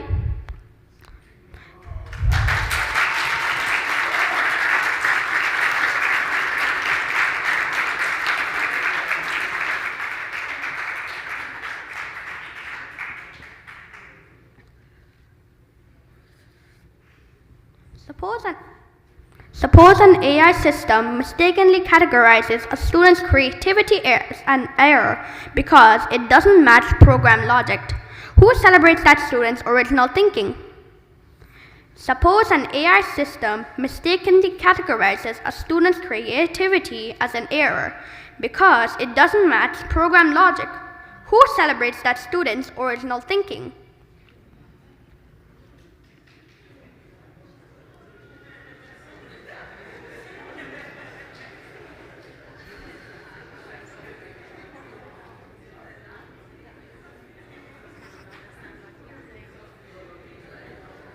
Sorry, she had a little challenge understanding what he was saying. So repeat the question, please, Advice. A little more slowly. Suppose an AI system mistakenly categorizes a student's creativity as an error because it doesn't match programmed logic. Who celebrates that student's original thinking? You understand? You understand the question? Huh? Huh? He asked, suppose AI does not recognize or has an error in recognizing a student's creativity. Who celebrates that student's creativity? Okay?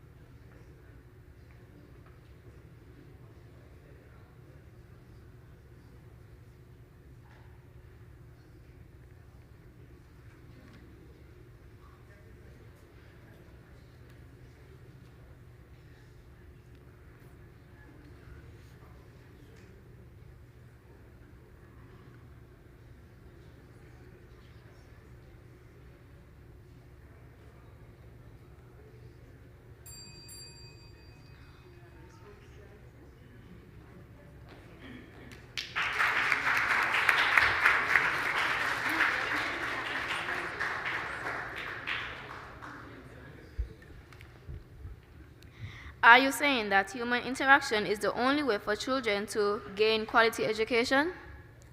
Are you saying that human interaction is the only way for children to gain quality education?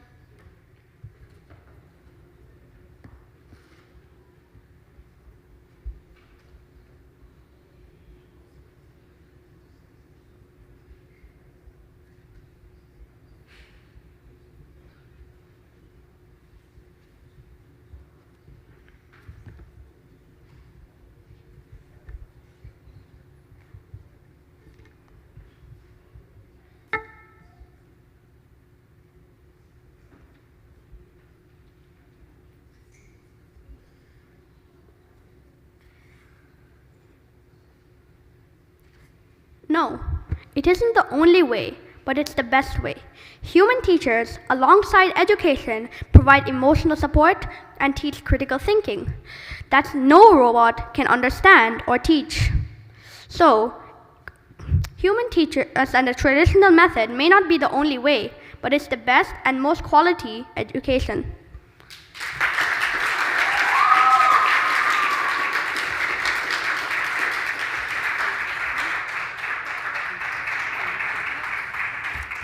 And that brings us to the end of round 3. Let's hear it once again for Laurencia Berry and Advaith Swaminathan. I just want the audience to know, while the judges are doing their thing, the students had about maybe 3 weeks to put everything together, research the content, put their scripts together and try and come up with some possible questions that the other side can ask. And I think all 6 students did an amazing job tonight. And I would like to recognize the head teachers of the two last schools. the head teacher of Joshua Obadiah Williams Primary, Miss Suzette Cannonier, right behind there. Do we have the head teacher for VOJN Primary? Yes, we have her right there. What's your name? Miss Jeffers? Okay, Miss Jeffers from VOJN. Let's give them all a round of applause. While we wait, it would be remiss of me if we don't recognize the other supporters who are here. So once I call your school and you're here to support your school, give a big shout out. You don't know, we might have a prize for the most supportive school. I don't know. I'll just put the MD on the spot and tell him we have to create a prize, right? So, Halliday Smith Primary.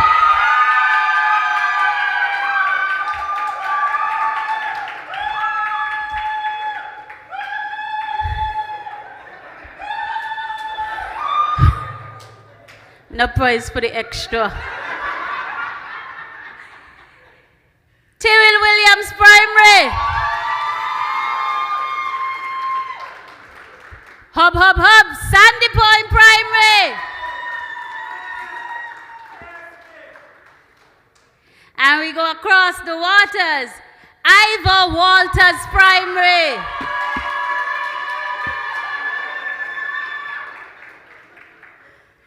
Joshua Obadiah Williams Primary.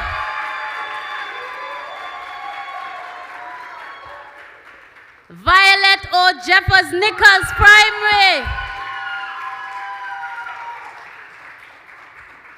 I don't know. I asked the Honorable Minister there to do the judging and he told me it's a tie. So sorry, we can't give 6 prizes. So we are looking at the topic. The judges have handed in their sheets, right? Or you want to have a minute to go outside and maybe deliberate, or I don't know. Miss Brooks? Yes?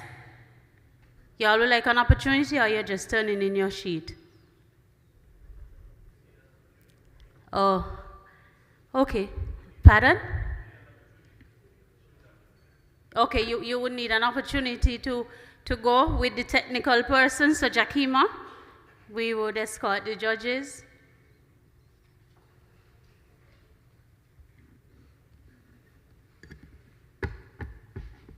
Let's give our judges a round of applause. They did an amazing job.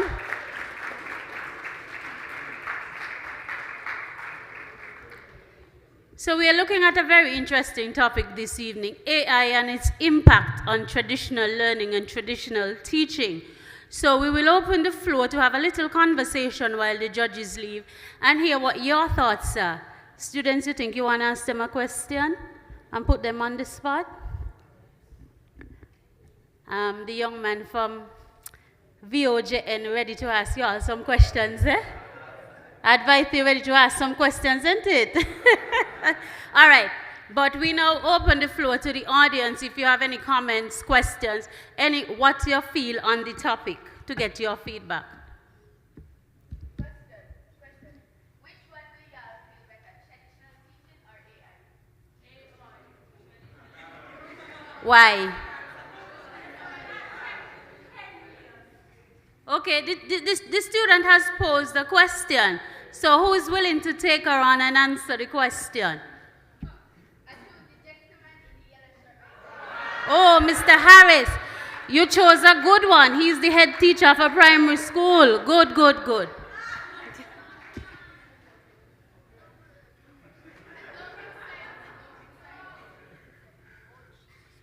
Can you adjust the mic for me, please?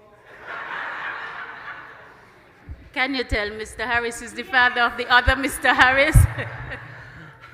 All right, good evening, everybody. Let me just recognize the students this evening. I think they did an exceptional job because I know definitely our nerves would take over and we would not have been able to present as well as they did. So I must pay homage to them. As it relates to the question posed by this very intelligent young lady, I must say that technology is advancing and we shouldn't be left behind. And so while traditional teaching methods are important because they do encourage the understanding of necessary life skills such as interpersonal skills, the ability to socialize freely, one of the main components of a changing world is the ability where both can work together.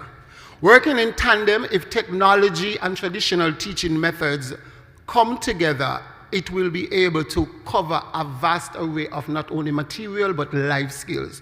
So students will be able to become more technologically advanced while at the same time learning how to cope in our ever-changing world. I hope the response suits you. Thank you.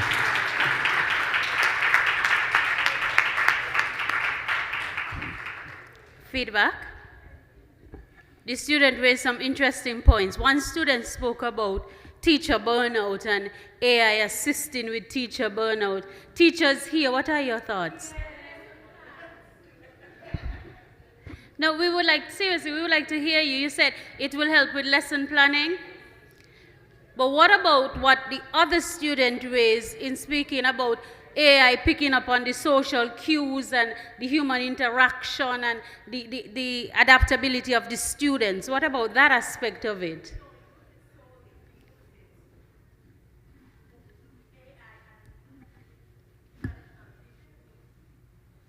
Where do you draw the balance? Where do you strike the balance?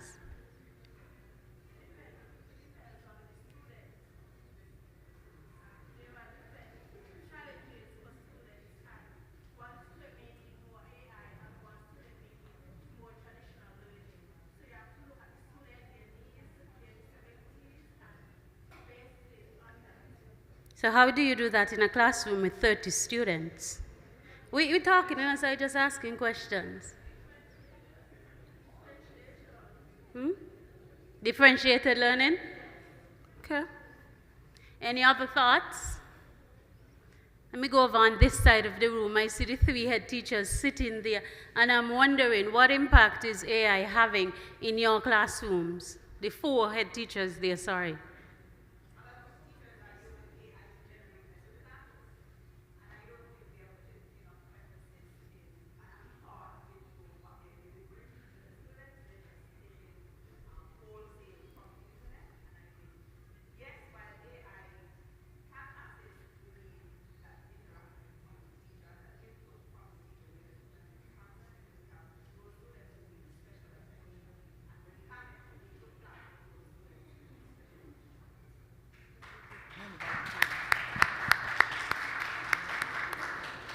I have a gentleman at the back. He has his hand up. See, we have a mic there. Sorry. Yeah, let's talk health-wise in terms of AI compared to human interaction. Let's say, suppose a child faints in class. Can AI render first aid as opposed to a personal teacher? AI might say that does not compute. But he raised a good question. What about the human interaction? How do we strike that balance? And some students learn differently. Some students learn from the face-to-face interaction and the hands-on, while some give them a device and it's amazing what they can do. So what controls are there in the schools? Let us bring it. What about when they would have gone through school, sometimes at the high school level, when they're asked to produce the different essays, the different writing pieces? What impact is that having now? I see Hassani's hand is up.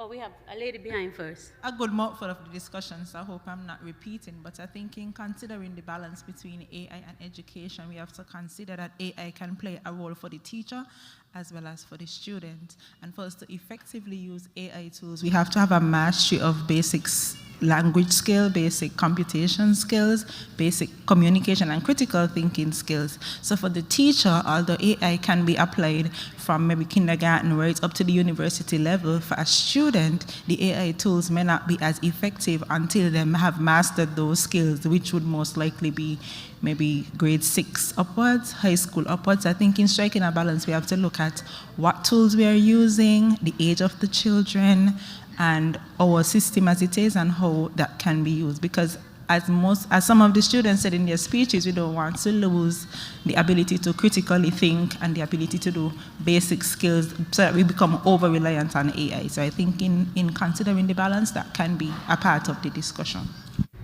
Excellent, thank you.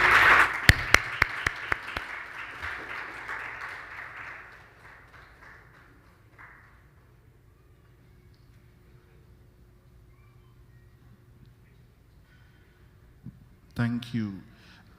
Similarly to what Kayla would have mentioned, I think AI should be used as an aid, to support what is already existing. Many times when I use AI, because I do use AI, I think we are evolving, our technological space is evolving, and I do use AI, but I don't use it to generate my thoughts. I come to AI with my thoughts and ask it, challenge it, present what, if this is my standpoint, how can I challenge this? Because then it would give you pointers on, if you're going into a debate, what possible questions can be generated from a speech that I would have presented. So it helps you, and so that's how I would encourage the use of AI, not to have it do all of the thinking and have it do all of the work, but you present your piece, you present your speech and ask it to edit it. Maybe you may ask it for subject-verb agreement or to refine your ideas. That is how AI should be used, and not as a replacement for our thinking. And I think that's what the head teacher was using. You will know your needs of your teacher. So if you could even plug in, if you could even plug in, I have a student who is suffering from this, and I realize that when I present this, what techniques would you recommend I use? And you can see what is generated, and you can apply that in your approach as the human teacher. And so I am not for replacing human touch, because again, we can replace and eliminate looking at a child when the child is down or when the child is burnt out, but we can definitely use it to alleviate some of the stress that we face in the school and the classroom. Thank you.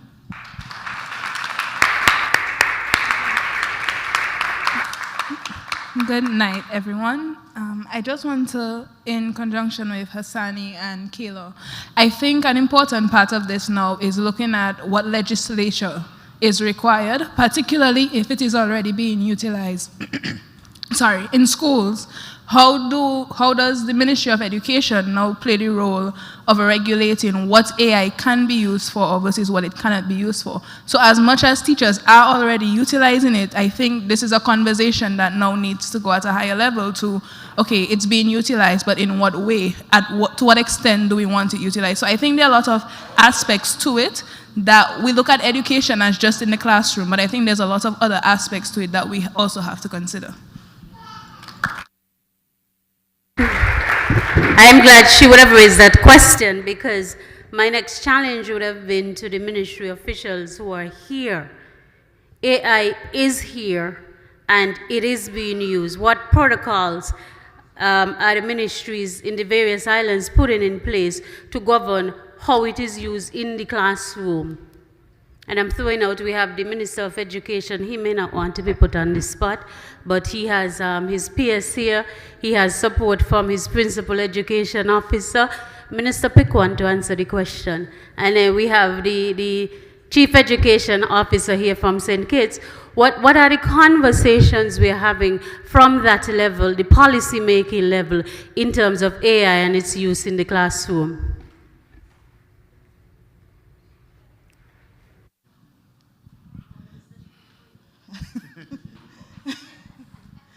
Good evening, everyone. Well, I must start off before I get to the question by saying that this is a timely and relevant topic.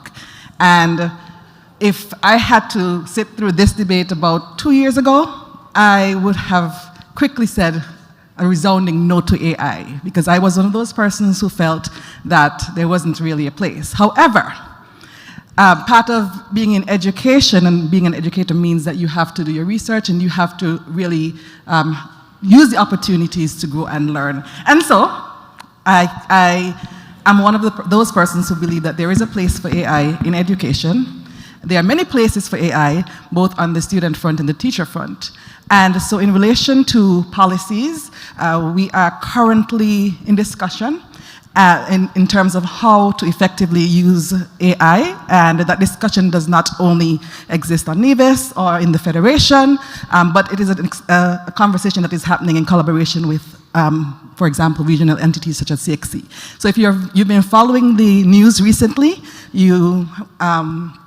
there were some releases in relation to the AI policy frameworks, which are being established throughout the region. And I'm not trying to talk above the heads of the primary school students, but there are guidelines and rules that are being put in place so that we can use AI effectively to help to promote learning for our students and also to set parameters for our teachers and our system. We know that people can use resources positively, they can use them negatively, and we're just trying our very best to strike a balance. We're also aware that that means that it's an ongoing process. It will not end now, and so each time, literally we're talking right now, and if we do a search on AI today, tomorrow you might have a different response because of the inputs that have been done post the initial search, and so we know it's an ongoing process.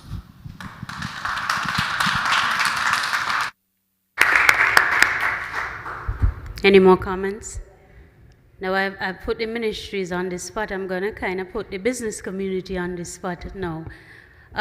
What are we seeing emerging in the workplace in terms of the overdependence on AI and I want to say, diminishing of critical thinking in the workspace? I see the MD, but he acting like he ain't hearing me.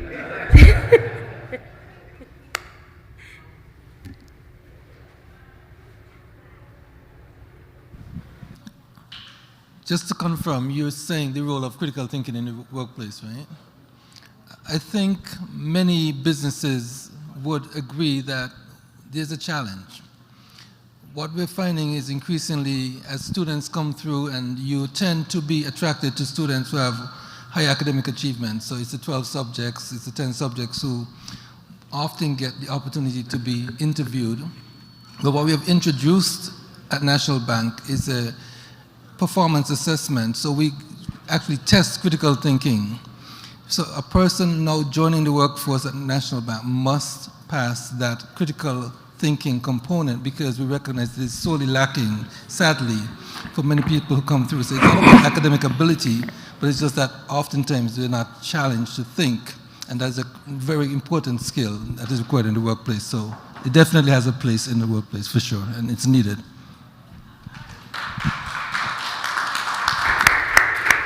Excellent. So I'm touching all segments this evening. We have parents in the room, right? We have some parents. Parents, stand, man, and show that you're proud of your children here. All the parents in the room, stand up.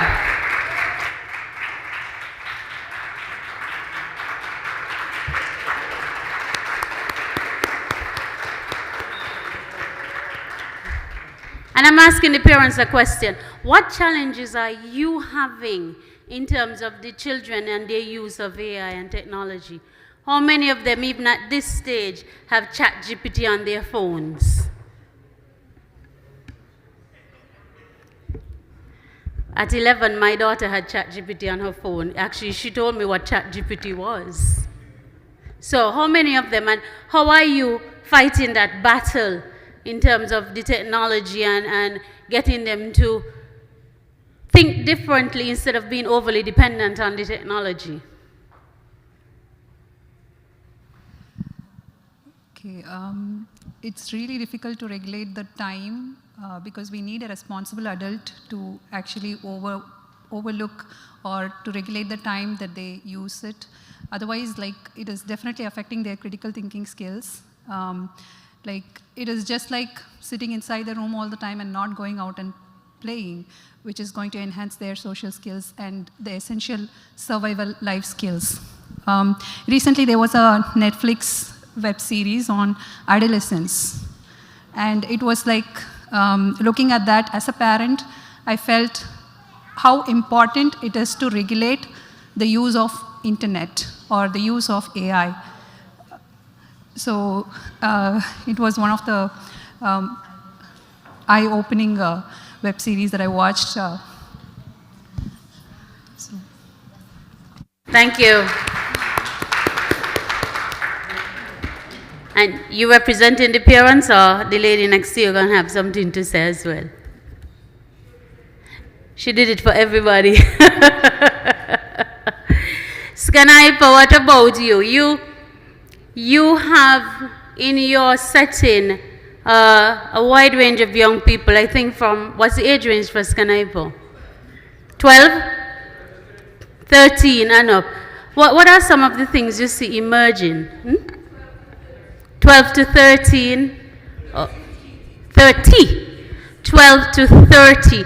So what are some of the issues you see emerging in your organization as it relates to AI and the use of AI? Deshaun, they're giving you the mic? Or Mariel, give it to Mariel. Well, I can't speak fully for the association, but I know for the members themselves, from time to time what we see is the over-dependence with AI.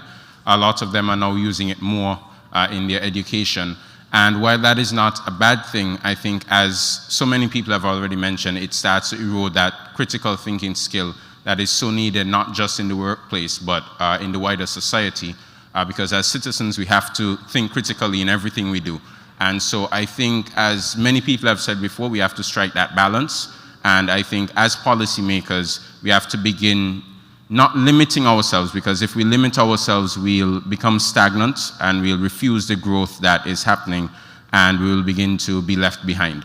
And so I think the discussion, as many people have already mentioned, must be how do we properly integrate it, how do we properly regulate it, and how do we strike that balance between practicality and actual use, and keeping that critical thinking that is so essential. So as I said, for our members, it's using it at times to craft their speeches and amend them, but I think as well in their education, some of them are also using it there. But I think what we need to, as I said, keep is that critical thinking skill and actually applying the techniques. If I may just plug for Skinniper here. So part of what we do at Skinniper is teach or help our members learn how to use critical thinking skills to develop their speeches, to develop their responses. So we do things like ad hoc debating, thinking on the spot, what's in the news, so you can't use your cell phones to help you. So some of the activities we do also help in getting them to disconnect and think on their feet. As a senior member of the group as well, we are alive to the fact that this change is happening. Sorry? Senior member and president of the St. Kitts-National Youth Parliament Association. But we are alive and we are aware of what AI is doing, and so we embrace it. We don't leave it out of our space. We allow them to use it, but as Mario would have mentioned, it's really just the balance and ensuring that it is responsibly used.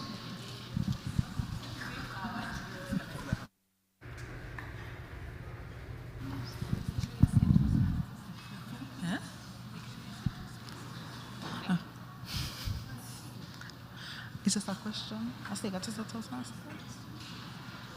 I have a question, Sarah. Yes. Okay. I was told to start as a member of the Sugar City Toastmasters Club. Yes, I have a question. So in preparing my mentee, right, we would have done some research and realized that in 2018 there was actually a Data Protection Act that was passed. But based on what was published, it said it has not yet been brought into force as the required commencement order has not been published. So considering that we are talking about moving into AI and incorporating technology more, and parts of the education system is to protect the data of the students, do we know what is causing the pause in the enforcement of this act? That was my question. I don't know if the room can assist me. We were all trying to come to an answer. I think we heard the question, and we have policymakers in the room, so that will have to be a response from the policymakers present. The Data Protection Act, where are we in terms of the Data Protection Act and the enactment of the guidelines within the Act, right? That's what you're asking about, Kayla? Any thoughts? Any conversations are happening? We're looking at the faces of the persons present. They're going to go back, and it's going to be one of the first questions they ask of their colleagues as to where we are, because it's a growing concern. And if it's being raised here, where we are preparing grade 6 students, then definitely it's something that is of urgent need. So, Mr. Minister and the others, can you kindly get some information on that?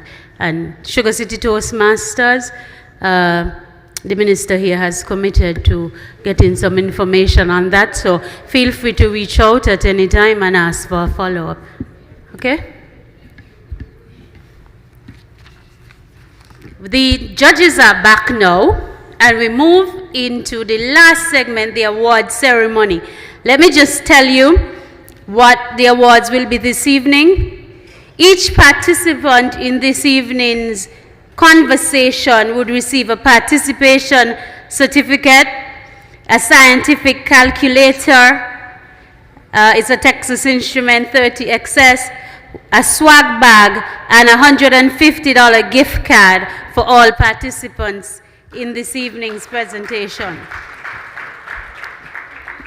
The awardees would receive for Groups 1, 2, and 3 a plaque for the best prepared statement and one for the best defense discussion in each round of the conversation.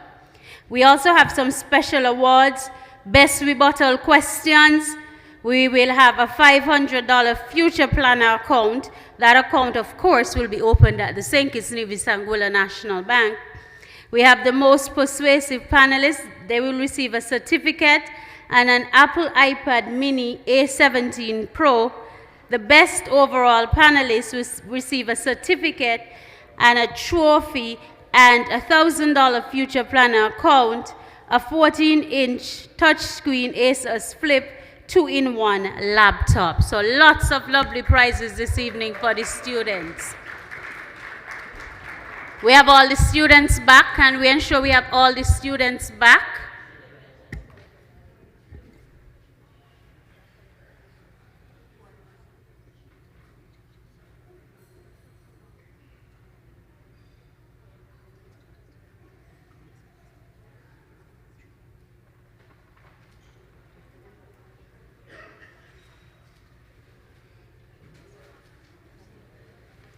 All right.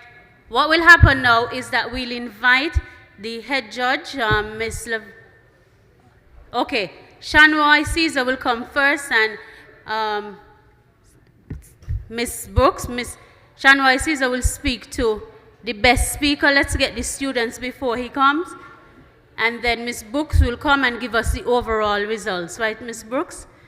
To assist us with the presentation this afternoon, students, you're very fortunate in that you have the Governor General, Her Excellency Dame Marcella Liburd, who will be assisting us this evening in this inaugural event and assisting with the presentation of your prizes.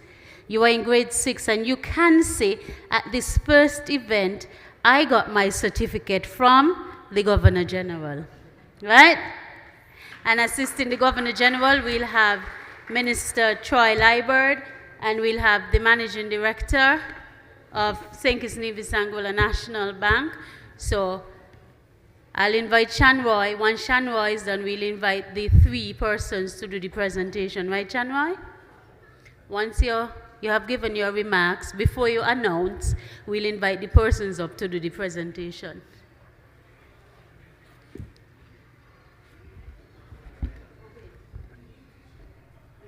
Give them their certificates first. Okay. The protocol, I got it a little backwards. We'll give each student the participation certificates first. So assisting with the participation certificates, I would like to invite the MD to come forward to assist us in this regard. Representing the Halliday Smith Primary School, Ms. Lakshmi Haridat.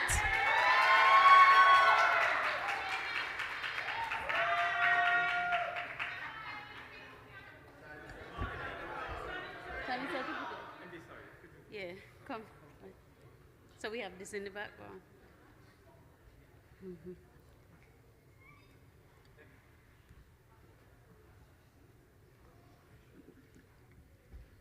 The Sandy Point Primary School, Desarian Harris.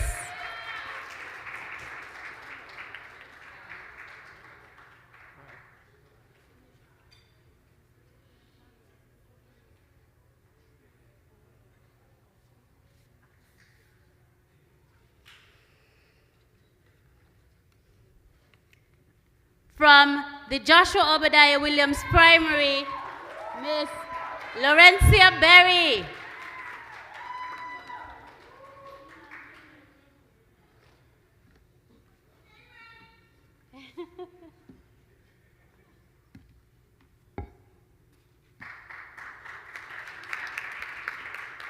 The Tyrrell Williams Primary School, Miss Kizara Evans.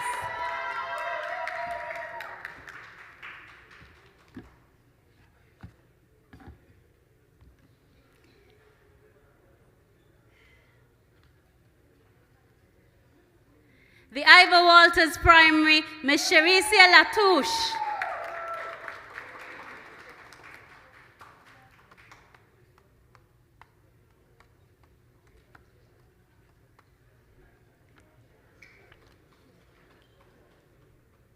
The Violet O. Jeffers Nicholas Primary, Advaith Swaminathan.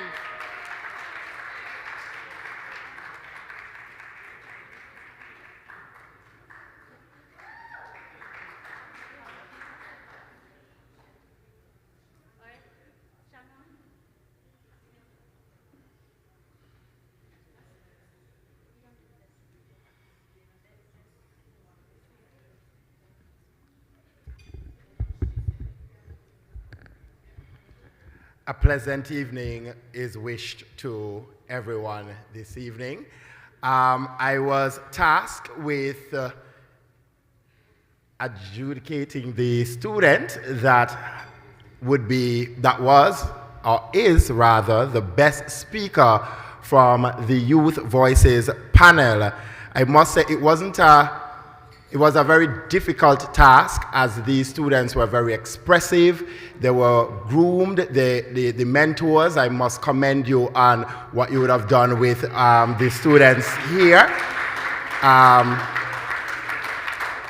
When I take into consideration their age group, I think you said that they are grade 6 students, and I'm a grade 6 teacher.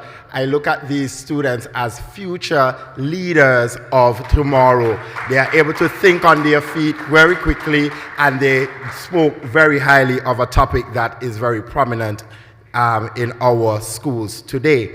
But unfortunately, only one student would have been the winner, and that student spoke on the topic of AI can effectively replace the role of human teachers and classmates. Losing real human connection will not negatively affect the quality of learning.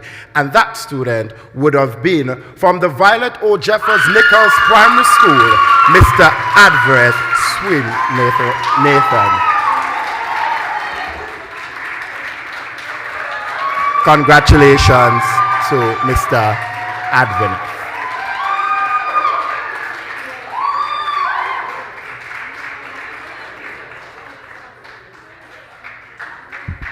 Okay, we'll invite Ms. Brooks, and then we'll make one presentation after, okay?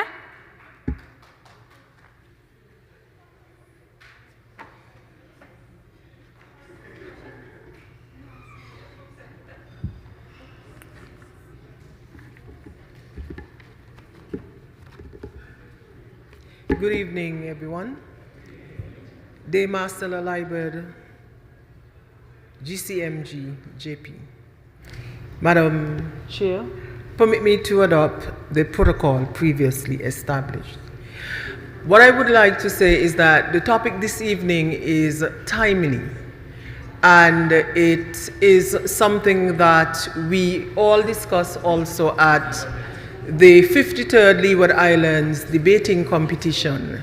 And then we come here this evening and the grade 6 students from across St. Kitts-Nevis have taken on the same topic. And what I want you to do is to give them a warm welcome, because it is not easy, being their age, being able to come up here and to deliver before an audience. And so it is my pleasure to say that they were impressive. Let me begin by saying that the idea of having this concept is a good idea, especially to expose our children to public speaking. It is important for us to recognize that we are in an era where the children must be heard and also be seen. What I would like to also say is that they stuck to the time. They were given 5 minutes for the prepared script, and most of them stuck to the time. The questions that they asked of each other were well structured, grammar, sentence structure. Dame can speak to that as a literature and English teacher. The grammar was exceptional, and that is something that those of us who listen to speeches we know, right? And so I want to commend them highly. The eye contact was engaging the body language, the logical development of the prepared script, as well as the defense. Audibility and clarity, exceptional, and pronunciation and enunciation were all on point. However, what we would like to see more of is that the moot could have been shorter, because it created some problems for the students. So a shorter moot would have given them more, the ability to be even better. The interaction with the audience, it is important that the audience does not interact with the students. We saw where it showed off a few of the students during their presentations. And so it is imperative that we recognize that there be no interaction between the audience and the presenters. I would like to see that they are given more time to think about their questions. 1 minute or 30 seconds was just too short, and so it would provide them with more the ability to be able to express themselves if you give them, at least 2 minutes. Also, there need to be some practice runs so that they get a better handle on what is required of them. With that said, I would like to say for this first session, it was a really good session for the students, especially from the primary school. All right. And now, the time that you have been waiting for, what we would say for the first round. The best prepared statement came from Lakshmi Harida.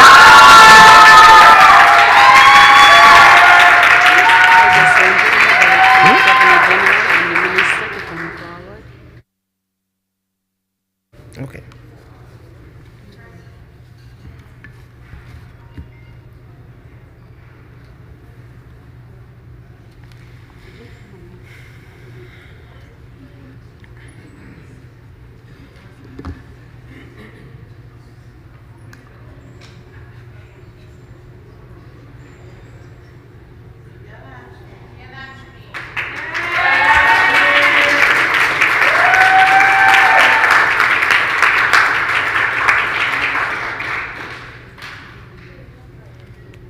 And in the first round, the best defense discussion, Kizaria Evans.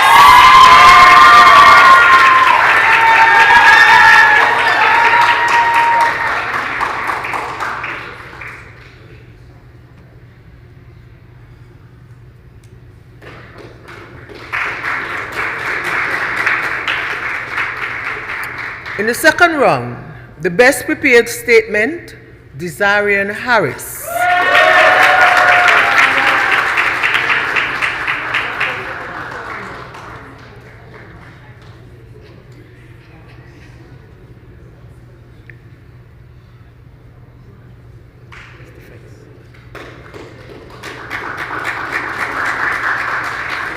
The best defense discussion, Cherisia Latouche.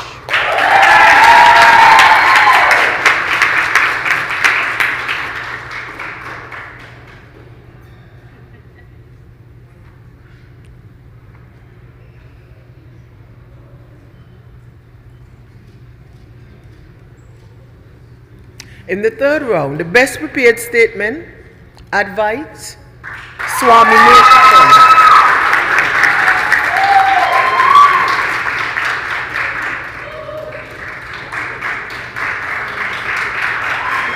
And the best defense discussion, Advite Swaminathan.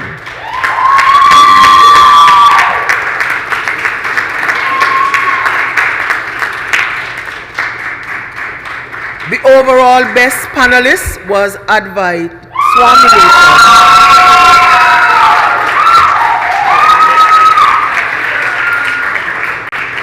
Followed by Cherisia Latouche. Thank you.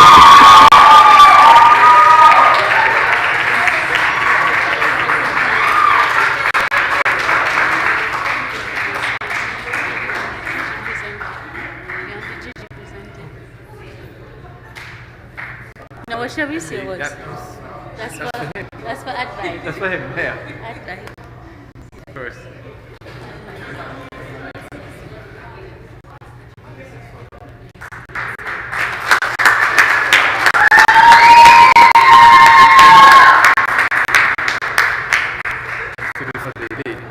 The young lady.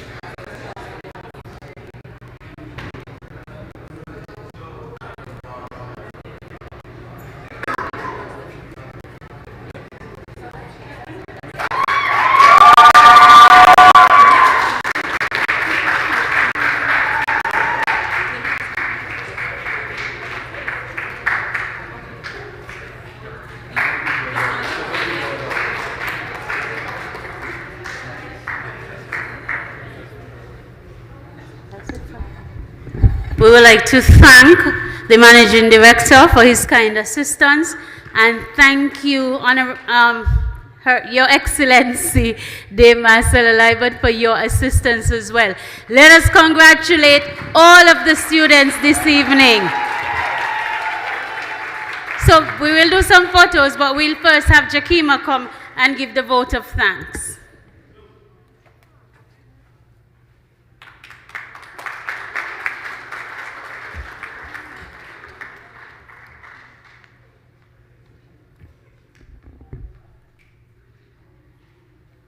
Right, good evening, everyone. Yes, as we bring this incredible evening to a close, it is my honor to deliver the vote of thanks on behalf of the organizing committee for the Youth Voices panel, presented by the St. Kitts-Nevis-Anguilla National Bank and its subsidiaries, National Caribbean Insurance and National Trust, along with the partnership and support of the Ministries of Education, St. Kitts and Nevis. First and foremost, I just want everyone to know that the combined vision, leadership, and the commitment to youth engagement, innovation, and public discourse displayed here this evening was indeed something that has brought great joy to the hearts of all involved. We also wish to thank for their joint partnerships, the St. Kitts National Youth Parliamentarian and the Sugar City Toastmasters. Thank you for mentoring the students, for guiding and empowering them, and for trusting the panelists to do a really good job this evening. Give it up once again for all of the students. Okay. To our wonderful host, Ms. Diana Humphrey-Williams. Thank you very much for masterfully guiding us through this evening's event.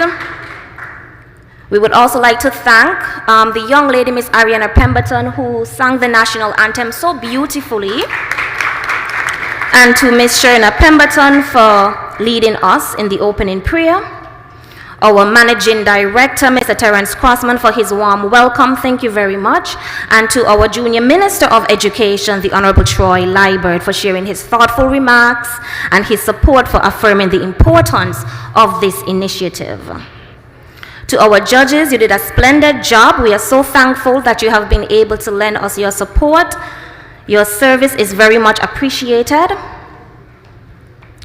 To the dignitaries, the ministers of government, the various leaders from the Ministry of Education, thank you so very much for taking the time out to join us. We know your schedules are very busy, but we understand and appreciate that you share our commitment to youth development. So thank you very much for your time.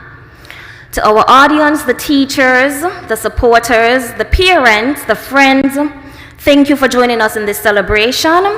Thank you for being able to bear with us. This is the inaugural, this is the first of this event, the premiere rather, and we know that it will only get better from here on out.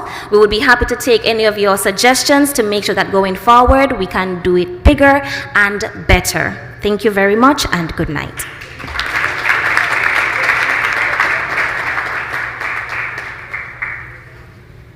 And thank you very much to Jakimo.